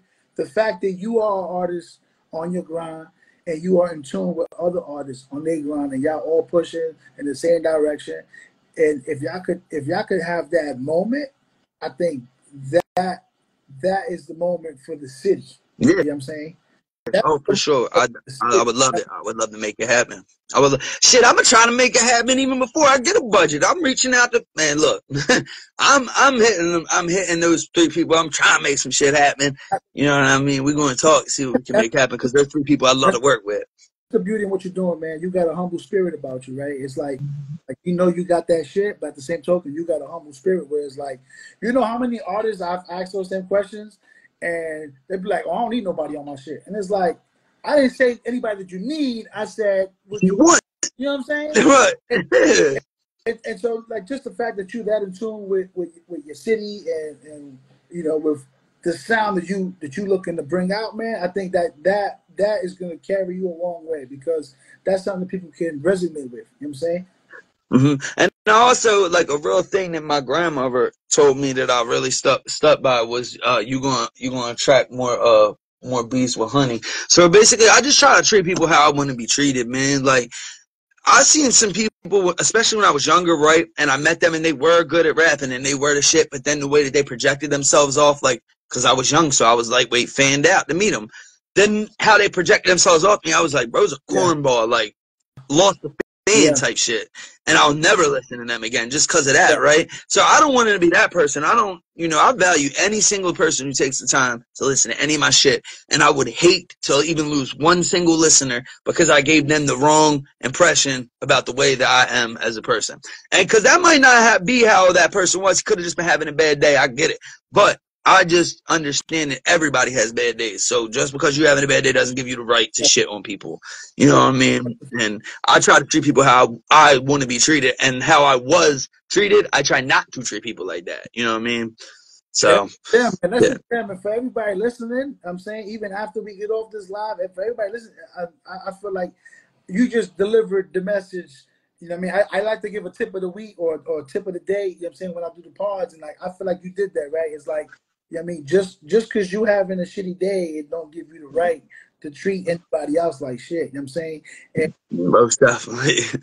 Because, you know, that's how a simple, you know, what up can go to a what up. Right? You know what I'm saying? Real quick. Yeah, right. Plus, you never know what the other person's going through. You could be pissed off because you just lost your job, but their mom could have just died. You don't, you know what I'm saying? You don't know. You don't know, bro. And nobody has the right to really impose their bad shit they got going on to other people. There's no measuring stick. You know what I'm saying? You can't really measure that shit. Exactly. Bro, we all put on our pants the same, entire shoes the same. It don't matter if you're tying some Jordans or you're tying some goddamn busted loafers. Whatever you're tying, you got to tie them and walk the same way we all walk. Right. If your car stop running today, you're going to be on them kickers walking, right? You know what I mean? Hey, so, we covered the beginning of your journey. We've gotten to where you at right now, right? Before I ask my next question, let the people know where they can find you at on like your platforms. Right. So on every platform at Flatline For Real with no spaces. So FLATLINE FORREAL. Now, if you look, if the reason is no spaces, because obviously you can't put no spaces in a handle. So that's on TikTok, Instagram, all that, Facebook, whatever. And if you search for me on music, it's just Flatline For Real with a space in it. I would have put the space in the goddamn handle, but and I debated whether putting the underscore there, but I was like, man, this shit just gonna confuse people. I'm just leave it like that. So yeah, at Flatline For Real, and even if you type it in without the space, it'll redirect you to my music with the space. So yeah, but if you just type in Flatline, you will find the wrong guy, unfortunately. But still check his music out too, because he's a legend. So check him out too. But to find me, Flatline For Real is where you will find that. So, you mentioned you got a song in rotation right now. What's the title of that record again?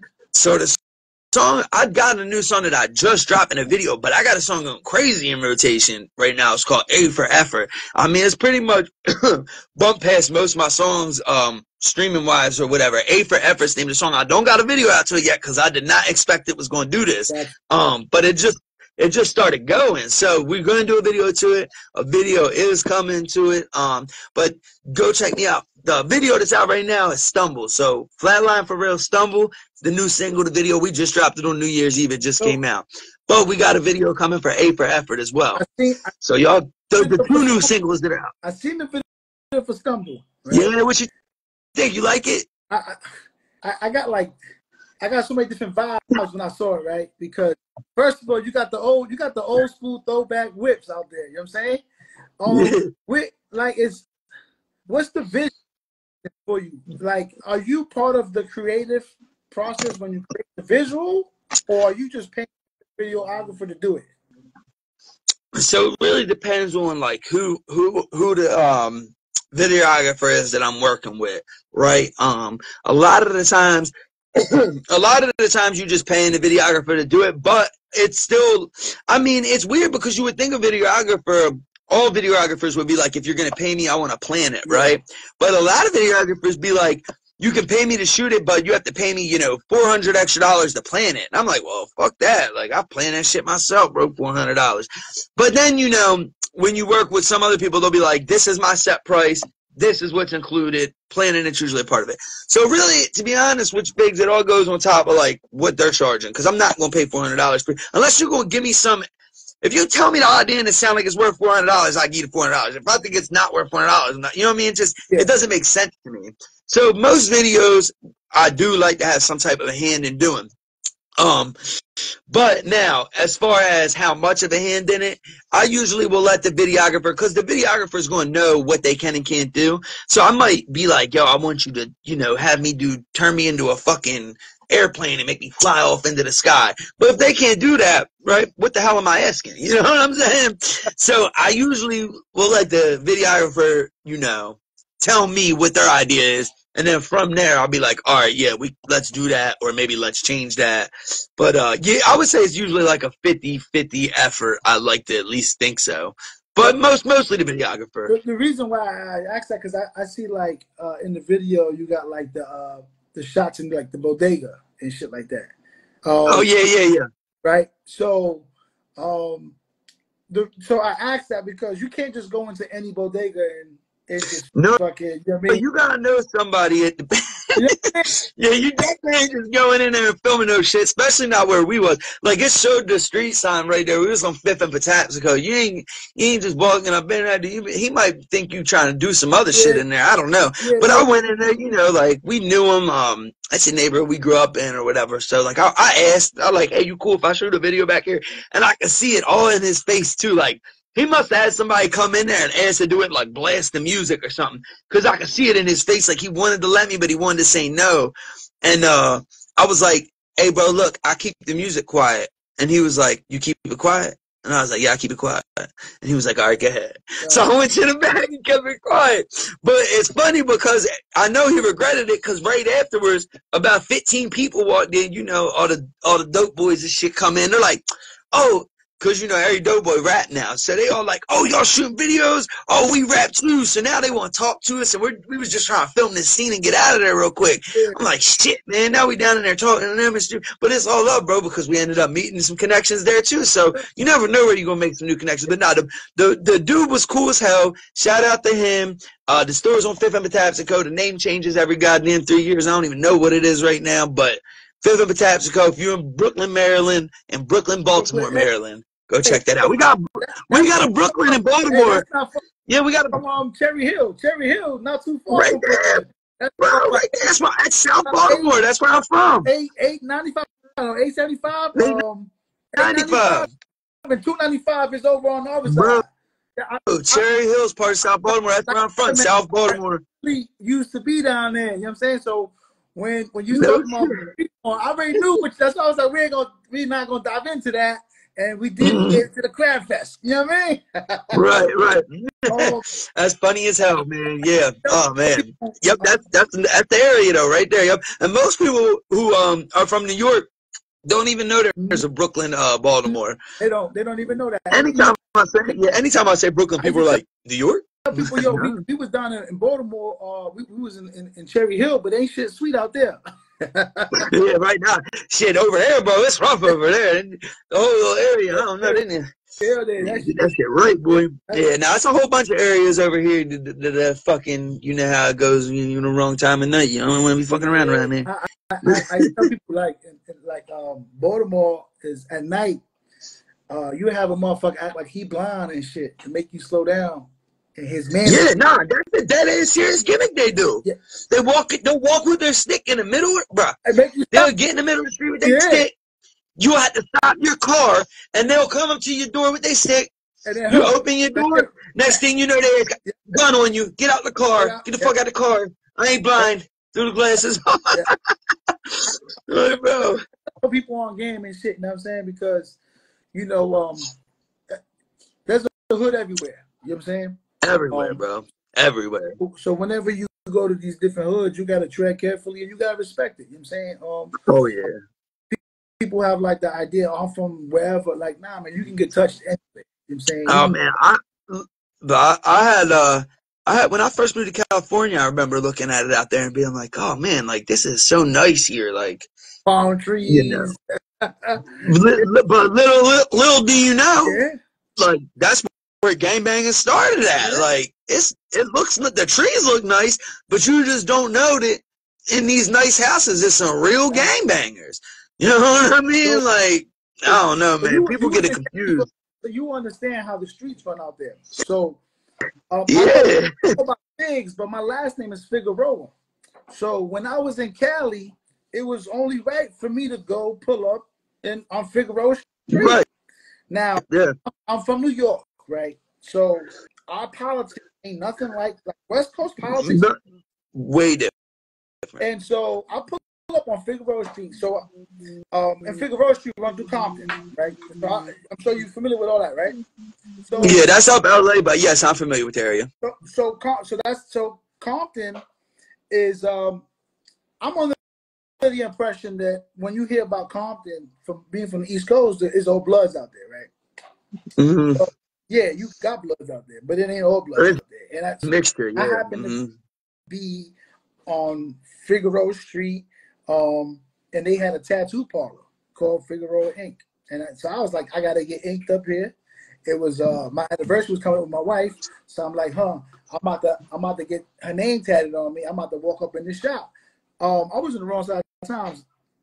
I walked into a shop where the essays was at. You know what I'm saying? I walk into their shop. I had on red and black New York Yankee on. And it's the worst thing to them is if it's on your hat, bro. Like if it's on your hat, it's even worse than it's on your shirt. Your shirt. So, but I had the whole get up. I had the hat with the hoodie, with the sweats, and the. Yo, and when I walk in there, yo, the dude in the front kept it a buck and was like, "Yo, you in the wrong part of town, Holmes." I'm like, "Nah, I'm trying to get in." I'm completely ignoring their politics right now, and he wasn't jacking it and shit. But son in the corner realized I wasn't from out there, and they really gave me a pass because I shouldn't have made it out of there. Because what I did really went against their entire code. Like I disrespected unintentionally. Because for me, it was really about the name and all that shit. But the way did you explain that to him? Nah, because it didn't even need to be said. I get it. I give you that card, but the fact that his man called, like, he said, you know what I mean? He's literally said it. We're gonna let you slide. A little dude was like, get in this chair, and he inked my shit. He didn't even like stencil it, nothing. He just freehand that shit. He freehand my wife's name, and it was a wrap. Like, get up out of here. Like, he let me do that part. You know what I'm saying? And I always tell that story because like I said, there's a hood everywhere, but every hood ain't the same. That's right. I mean? No, that's definitely right. In reality, I shouldn't have walked out of that tattoo parlor. You know what I'm saying? Without being tough, because of the politics was out there. What saved me was that by the way I spoke, the way I dressed. They tell you weren't from there, yo. From there, and then I ain't gonna lie to you, because I told you, like, yo, my last name Figueroa. I feel like I gotta get tatted here, right? And until he didn't verify my license, dog, he wasn't gonna green light the tattoo, bro. He looked at your He license? looked at my license, dog. Hey, and that probably really did show him, like, okay, this guy's not here on Yeah, no bullshit. Like, he has no idea he came here because his name's Figueroa. Fuck this big. But had he not had it not went cool like that, had you caught an attitude or been like, we fuck won't you be talking. talking about, I Yeah, can't no, be we won't here, be talking. it Yeah, would we be a won't be talking. terrible Yeah, situation, bro. And really, if you look at it, that's some stupid ass shit to could have, like, you was there getting a tattoo because you like the name of the shop, and they don't, and you don't know you're not supposed to be over there, and it could have been the end of your life, bro. That's just, to and me, I so just think shit like that has to stop, bro. Like, I'm with you 1,000%. And so to kind of further jump into that aspect of it is that they allow their politics, their street politics, to even impact their finances. Like they're willing to yeah, make money, you know what I'm saying? Over. bro, you could have liked that tattoo. You could have came back and got your whole arm blasted the next day. Yeah, yeah. But because they treat you like that, you're like, man, I ain't coming back here. I'm out of here. You know what I mean? Like, they're like, yeah, they didn't do nothing, so, like, it's okay. But still, like, they kind of made a big deal about it, right? Yeah. So, yeah, you're right. It does affect their finances. Were they going to not blast anybody except other people who look like them? Pretty much. Like, come on, bro. That's ridiculous. That's Yeah, bad business yeah. ethics. I don't know. But I can't call let's it, bro. deviate from you though. Let's not deviate from your music, right? So you got Stumble out right now. Yeah, yep. Stumble Out Now just dropped New Year's Eve. I got I haven't even released the flyer yet or the cover yet, but I was just about to put it out today. On Valentine's Day, my next single's drop, and I'm gonna usually I like to drop one a month, but I'm gonna let I guess that is still pretty much one a month. There's like a 10-day period in between, but whatever. I'm waiting until then to drop my next single because, as you said, I was doing them every 2 weeks, so now I'm trying to space them out a little bit. Maybe one a month that I really concentrate on running the promos on, and I'll probably even take it down a little lower than just doing one a month, like you said. Like, I'll probably pick a little group of them and be like, let's talk with my team about it and let's focus on them.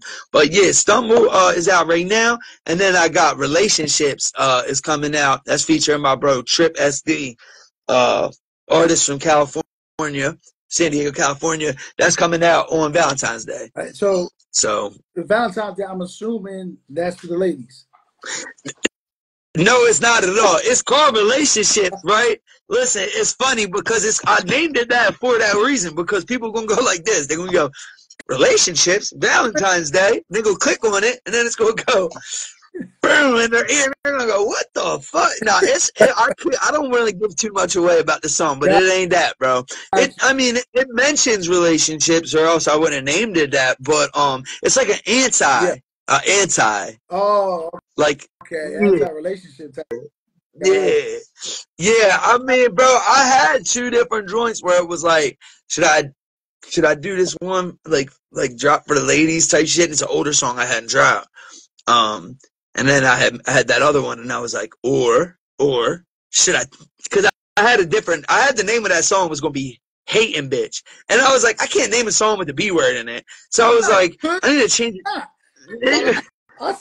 I mean, if that's how you can, but I was like, nah, I'm gonna change it. I'm gonna call it Relationships. I'm gonna drop it on Valentine's Day. So that's where we going with it, man. And I'm hoping to pitch this in Valentine's Day playlist, and they don't listen and just, you know what I mean? I'm just gotcha.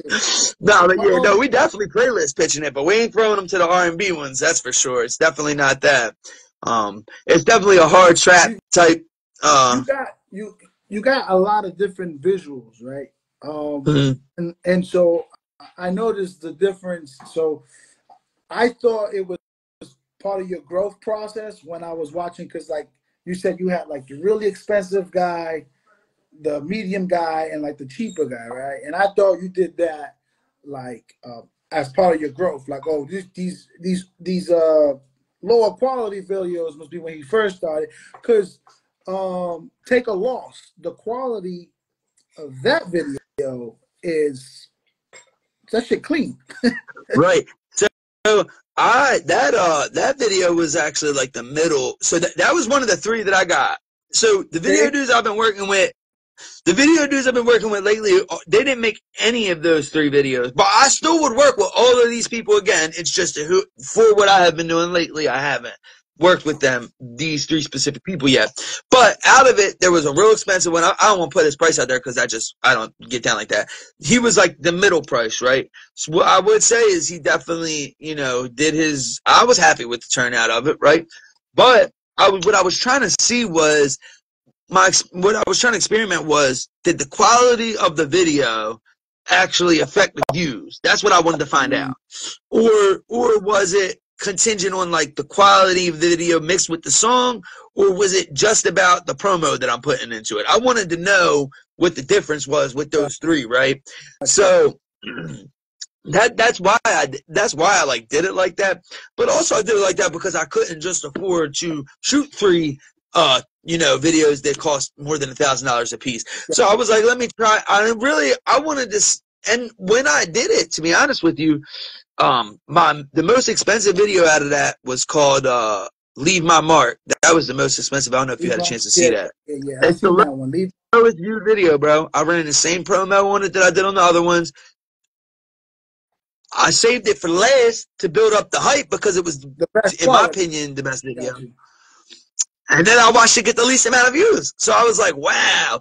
And that really tripped me out, bro. And then I watched the one that was the lowest quality get the most amount of views. And I was like, wow, how is this? And I knew it wasn't the song because I thought out of the 3 songs, Take a Loss was the best song.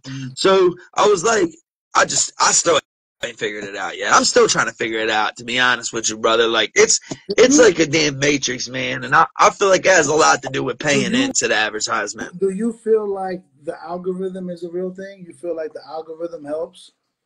I feel like that shit's on me. I feel like there's a such thing as in, like, if you keep posting, then I think that if you stop posting, they like push a profile over here with the people who don't post, right? And then they have like certain little, like, there's got to be something, right? Because why is it that me and you have the same amount of followers, right? And you post a video at 8 a.m. and I post a video at 8 a.m. and they're the same exact video. Why wouldn't they do the same exact numbers? Or at least similar, because you got different followers that like different stuff, but at least similar, right?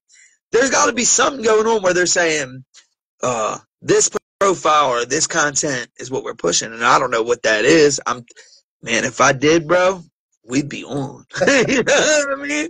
I feel like Tekashi 6ix9ine knew something about it or something. Huh? He knew something, bro, because he knew the cheat code for sure. They put but they had major marketing dollars behind everything he did. So yeah, for sure. Honestly, because his approach to it was so unconventional that he had all these big artists mentioning his name.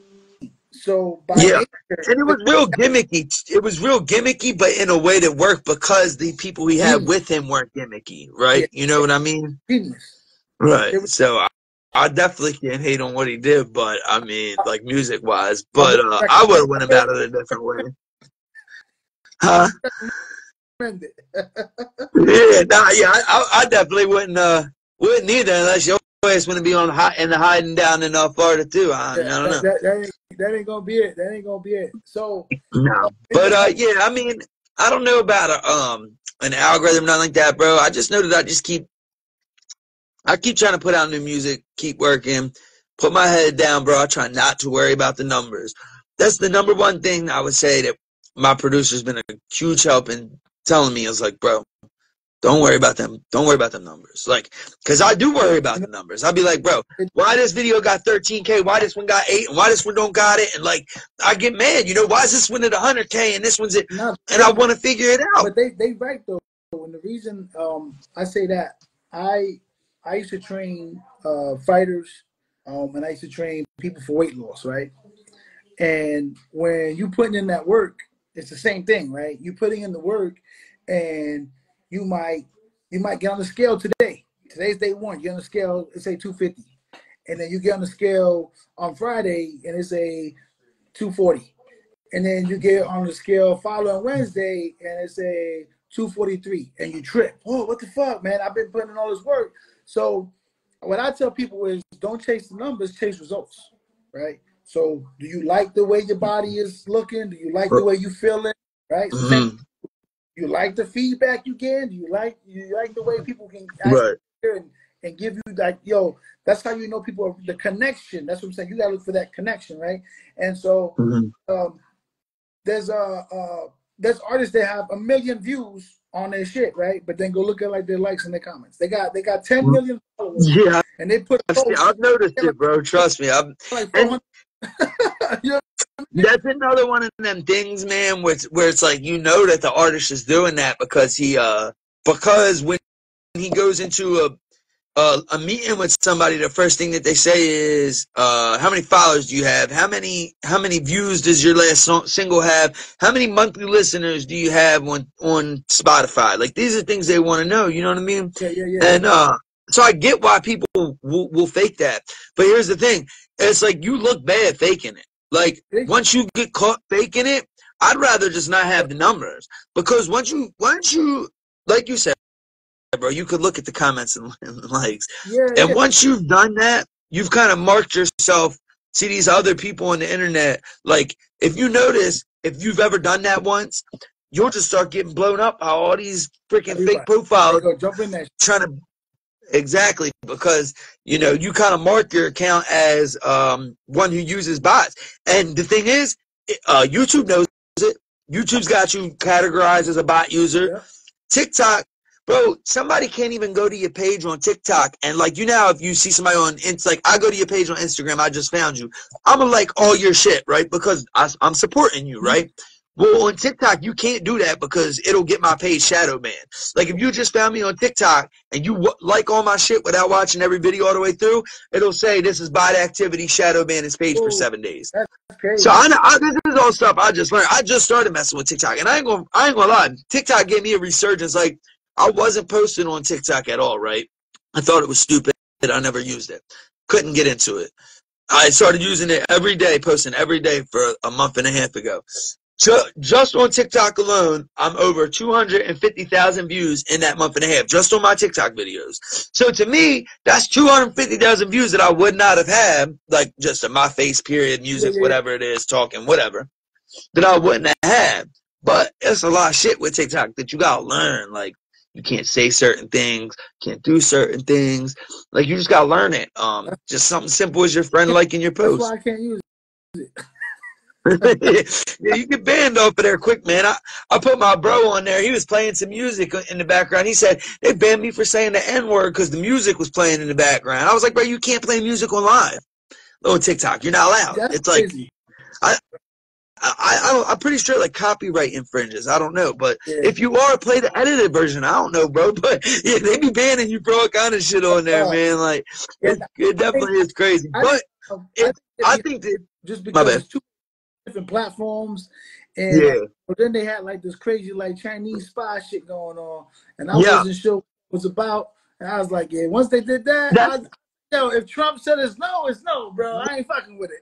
I did feel weird about that too, and that's why I stayed away from it for so long. But after being people just telling me for so long, like, people were this is basically what happened. The guy that was in here commenting earlier, he showed me some pages, and I'm not going to name their names, and he was like, look at this guy. He's got 500,000 followers. Go through 4 of his videos. I went through them, and I was like, holy shit, this guy's bad. He was like, look at this guy. He showed me like 5 different people, and like, I went through their stuff, and I was like, man, if these guys got 500,000 followers, like, I was like, I don't think that I'm like the best rapper in the world, but I know like that I'm better than that, right? So I was like, I'm gonna try it. I ain't gonna lie, it didn't come as quick as he told me it would come or anything like that. Like, it's been slow, but it's been like worth it, and it's made me appreciate posting my stuff to the internet again.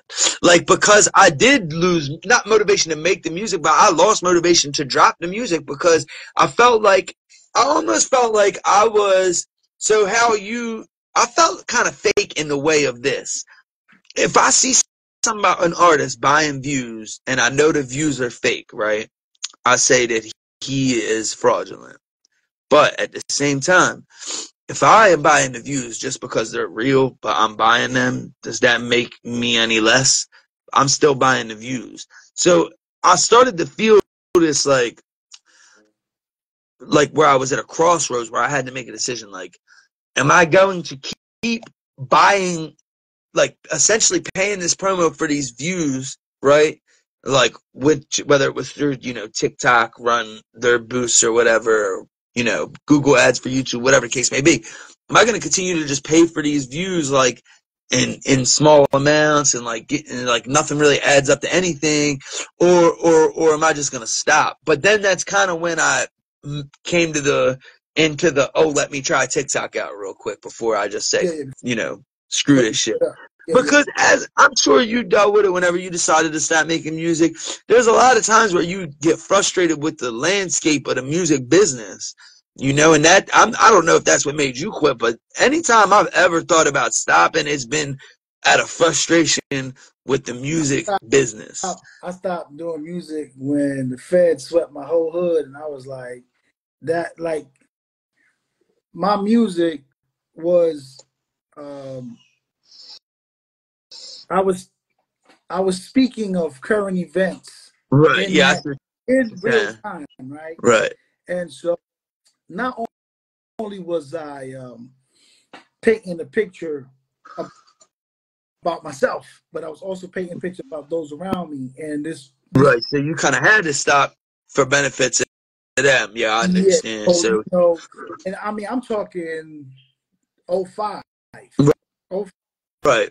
That's like when I put out 60 Minutes of Pressure, and then 05 I played with it again like in 2013, 14. And really all I did was just upload my old shit to like that piff. And it did good. It was streaming. I got hits. I had people offer me to come out to do festivals and shit and all that. But I got 4 kids. I got a wife, and I started thinking about it was part of times changed.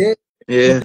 Different dude. And so I'm not finna pull up to a spot, perform a record that's 20 years old, and then I probably have to really smash a young buck because he thinking that shit is sweet, or because his fault is what you're talking in your music. Right. So you putting out that energy will come back. So after I really thought about it, what I'm saying, it wasn't the same feeling. And on top of that, my message today ain't the same as it was then. So today, I'm all, positive energy, uplifting people. I'm saying, I'm a God. I put God first. I'm saying, so like I'm a God-fearing man. I don't hide that from nobody, right? So, for me to, like you said, it would be fake for me to hit a stage, talk about running down, kicking in your door, right? But then I'm gonna come home and talk about I'm praying to God. Or I'm gonna wish somebody. You know what I'm saying? Right, and it's not even about the judgment of other people. It's about how you feel at the end of the day. Yeah, it's about me. It's never been about other. Like for me, music was therapeutic. It was an outlet. It was a way for me to, if you listen literally, like if you listen to my shit, like it's a emotional roller coaster because it literally dealt with, the pain that I had when I was coming up, but also the trials and tribulations I had to deal with while I was in them streets. And then, seeing some of my closest ones die, some of my man sitting up in the feds, and you can't do nothing for them. When they go up in the feds, I had my people hit me like, yo, don't even come on a visit because it's dangerous, You know what I'm saying? You might never know what they piece together. So when all that was clear to me and shit, man, I was just thankful that God blessed me with the opportunity to one, escape that with my freedom, with my health, and with a voice where I could then try to impact others in a positive way and shit. You know what I'm saying? Yes, sir. I definitely do, and I respect it, man. It's like it's funny because a lot of people who make music, they find when they move on, like they find like the people who are good at it usually find another what's the job? Not job, but like another profession in like media, like you're doing the podcast now, and it's perfect for you seem like the perfect person for a podcast, bro. And a lot of that probably came from your comfortability with talking to people, rapping in front of people. You know what I mean? So you don't feel nervous about being on camera and stuff. That's the thing too. Like, and you can relate being from Baltimore. Is like when you in the streets, it's different. Like, so and I see your videos, right? Your videos ain't green screen. You in them streets. Oh no, yeah. So we out there. Yeah. You in Baltimore doing these things, so it's different. It's not like it ain't a studio video. This is not green screen. We ain't got the flashy lights. Like that's effect, but we're really in the streets. Right. Like what's the name of the song you just mentioned? Leave My Mark, right? You were in the Mhm. park, got your jewels on, and I wanted to go back to that. You got the Lamar Jackson jersey on. That's my man, bro. El Freaky. Boy, was I happy we locked him back up. Man, when it was looking rough off season, I was ready to convert to wherever he went. I was pissed, boy. I was ready to go out there riot with some Fire Giant Hardball posters, bro. You gonna let the man go? I heard that. Crazy true story. Like me being from New York, my football team is the Bills, right? Because they're the only real New York team. Giants and Jets play in Jersey, so I can't rock with that. Right. But at heart, not just because you on the line with me right now. I really am a Ravens fan. You know what I'm saying? But this go back to the Ray Lewis and Ed Reed days. You know what I'm saying? So like at heart, like I got Super Bowl jersey, Super Bowl hat. Sebastian, get the jersey and the hat real quick. I got Super Bowl jersey, hat. I got fucking puzzles, Super Bowl puzzles. No shit. Real deal, That's right? crazy. So when I saw that, I was like, you know, my podcast is business, sports, and entertainment. So I wanted to touch on the football with you, being that, you know, your team, your home team is the number one team in the AFC. How you feel about it? And you know, I feel great about the number. I'm gonna tell you something, no, to be honest with you, bro. I hear a lot of, you know, my friends. I watch, you know, Club Shay. I watch all the shits, right? Yeah. There you go. Nah, that's hard. Oh, that's what's up, bro. We got the vintage Ray Lewis. That's crazy, bro. That's a nice jersey to have, bro. Yeah. I did. Oh, what Super Bowl is that from? Which one is that from? His first one, second one? The second one. With Joe Flacco? Yeah. But, all right, so about the sports, bro. I'm a little nervous about two things, right? You want to know what they are? One, I'm nervous about Joe Flacco because the Browns do, for some reason, bro, when the Ravens play the Browns, I don't know why. It's like we feel bad for them, and we're like, no, we're just going to let them win. It's the same thing with the Steelers. No, we beat everybody else, but we're just maybe going to let them beat us. I don't know. You know what it is, man? It's the same division, and we see them twice a year, bro.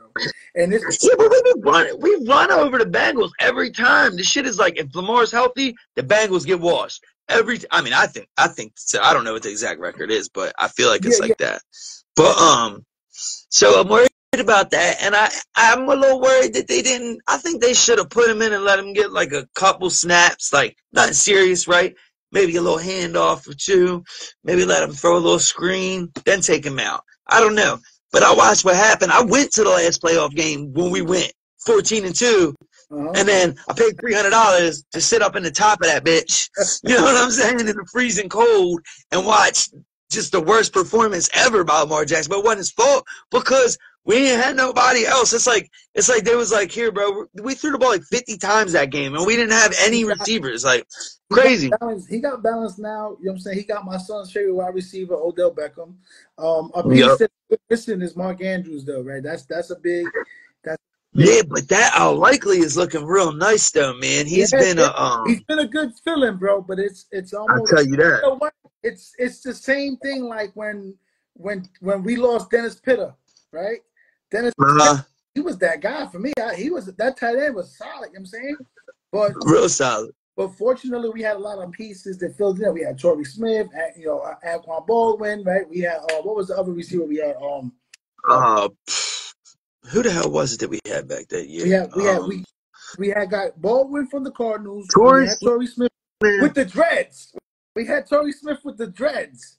Torrey Smith with the dreads. That's right. Right. Ray Rice from the backfield. That was some bullshit. What happened with Ray Rice, bro? I agree 1,000%. I agree 1,000%. I mean, I don't agree with whatever what he did, whatever. I ain't saying that, but I'm just saying if a fireman dumps his lady, he's still putting out a fire tomorrow. That's all I'm saying. You know what I'm saying? On top of that, what I will say is that if she forgave and got over it, what the fuck is her about it? Yeah, not for real. And I think that honestly, but yeah, no, I ain't worried really too much. I would say the only teams that I'm concerned about genuinely in the AFC would be the Chiefs, right? Just because you never know with Pat Mahomes, bro. Like he is a player just like Lamar, where like if he's got to do it all himself, he'll figure it out, game right? changer. I'm a little worried about the Bills, but honestly, who y'all play first round? They just released the schedule. We got the Steelers. Yeah, I think you guys Yeah, beat them. I hope so, because I don't want to play the Steelers. Yeah. I don't want to play the Steelers because it's like you said, I would prefer not to play either of my division teams. But I think that the Ravens have the best chance in the AFC of going to the Super Bowl. Obviously, they're number one pick. That's like an easy ass call to make. I think most people would say that. But I for some reason think that it's going to end up being the 49ers and the Ravens in the Super Bowl. And I'm not so sure that the time they played was in New Orleans, and the Ravens smoked they shit. Yeah, I'm not so sure that it goes the same as they did during the season this season, though. Like, we just played the 49ers and smashed them. But I think that we play them again, and Brock Purdy don't throw 4 interceptions, and it could be a different game. But I don't know, man. You never know in football. But I'm interested to see. The only thing is, I'd have rather not had the bye, to be honest with you, just because I feel like it's a long time to sit, bro. Like, you're already going to sit the last game. Then you got the bye. Then you come. I mean, it's just a long time to wait, man. You're taking a lot of risks. I'm with you the same way, too, because the last time that Baltimore won it was they went on this historic run, right? We got in on the wild card, and we went through Denver, right? We had to go play Peyton Manning in Denver. Yeah, Peyton Manning and Brady. And Brady. And in Foxborough, right? And then went to see fucking 49ers in New Orleans. And that's what I'm saying about worrying about Joe Flacco, bro. That's what I'm saying, because, like, it seemed like the end of Joe Flacco's career, bro, he just didn't really care about winning, right? I liked Joe Flacco a lot until I felt like he didn't care about winning no more. Like, I felt like after he got that paycheck, he really just didn't care, because he would, like, throw an interception and had his look on his face like he just didn't care. Like, if I just threw an interception, I'd be hella embarrassed. Like, damn, fuck, man, fuck. He'd be like, though, man, I feel like they set him up for failure, because after that Super Bowl, they took all his weapons away. Baldwin, but that's because they brought back him an old Steve Smith Sr., bro. But that's because he took the salary cap. He took the whole salary cap. To do though, you know what I mean? Like, I don't blame him for it. I don't blame him for taking the salary cap, but I blame him for not playing good after taking the salary cap. I mean, you take the salary cap and then you miss the playoffs 2 years in a row after never missing the playoffs. That's like, that's tough. But honestly, if I was going to see any other team win the Super Bowl, if I had to root for any other team besides the Ravens, I would root for the Browns just because of the Joe Flacco thing. Well, for me, if it was the Browns, it would be, one, is overdue, right? And, yeah, for sure. And two, and they're a scrappy team. They just don't go away, man. Yeah, hey, I appreciate you, brother. Same to you, dog. Same to you, brother. But yeah, man, it's a. Think about this. Let's create this moment, right? It's the Super Bowl, and lately that's been a thing, right? So teams are winning Super Bowls at home. So let's just imagine Ravens in the Super Bowl in a couple of years from now at home, and they got you on a halftime show. That'll be a beautiful thing, brother. That don't sound like something we too off for making happen right now, bro. Especially if it's in a few years, man. I'm telling you, I'm trying to keep it in constant motion. The little bit of momentum that I built up, I'm just trying to keep it rolling and keep stacking it, man. Trying to do everything I can. So I'm envisioning that moment, brother, and I appreciate you putting that in my head because I'm trying to take it there. I say that because my platform is here for you. Whatever you got, anytime, just fucking let me know. I'm posting for you. I'm sharing for you. I appreciate you, brother. Likewise. Real, that's serious. They have these summer stages they open up. I'm in tune with two of the producers for the events, and so I'll send you the info if there's something that you're interested in. There, I'm sure we can work somebody. Definitely interested in it. The network, and I mean, just definitely, brother. Definitely. And I'm also in New York every now and then, bro. So I don't know what part of New York you in. Bronx. I'm from the Bronx. Bro, you still there currently? Now I'm in Okay, yeah, Florida. well, shit. Now I live in Florida now, but I got the fuck out of there. I'm in yeah, Florida. yeah. I don't blame you, bro. I was about to Hey, tell you when I'm up in New hey, York, listen, let's man. tap in, but I got a I wife. didn't know. I didn't know you had Yeah, yeah. moved. I was gonna tell you let's tap in when I'm in New York. Kids.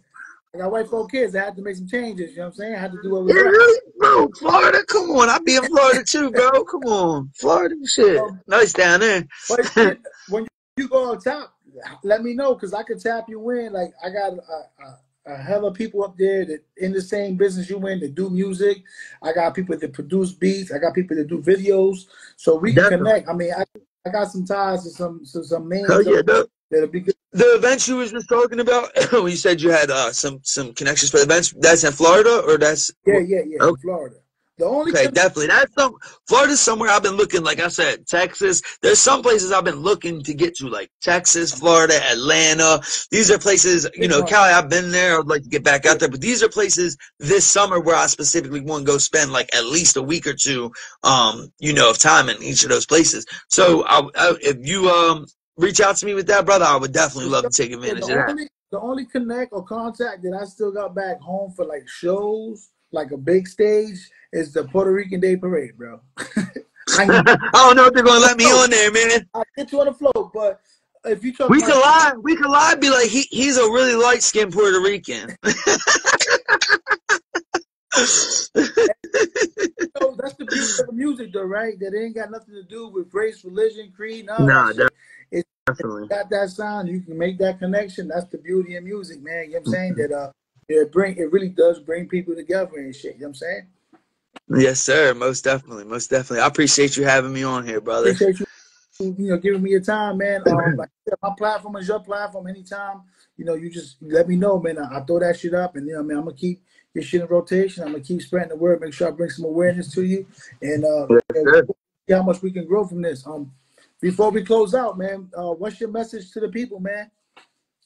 Man, look, my message to y'all is chase your dreams, bro. Don't let nobody tell you you can't do something. Don't let nobody tell you you too old, you too this, you too short, tall, fat, skinny. Anything you want to do, you could go do it. And the only person that could decide you can't do it is you. That's a fact.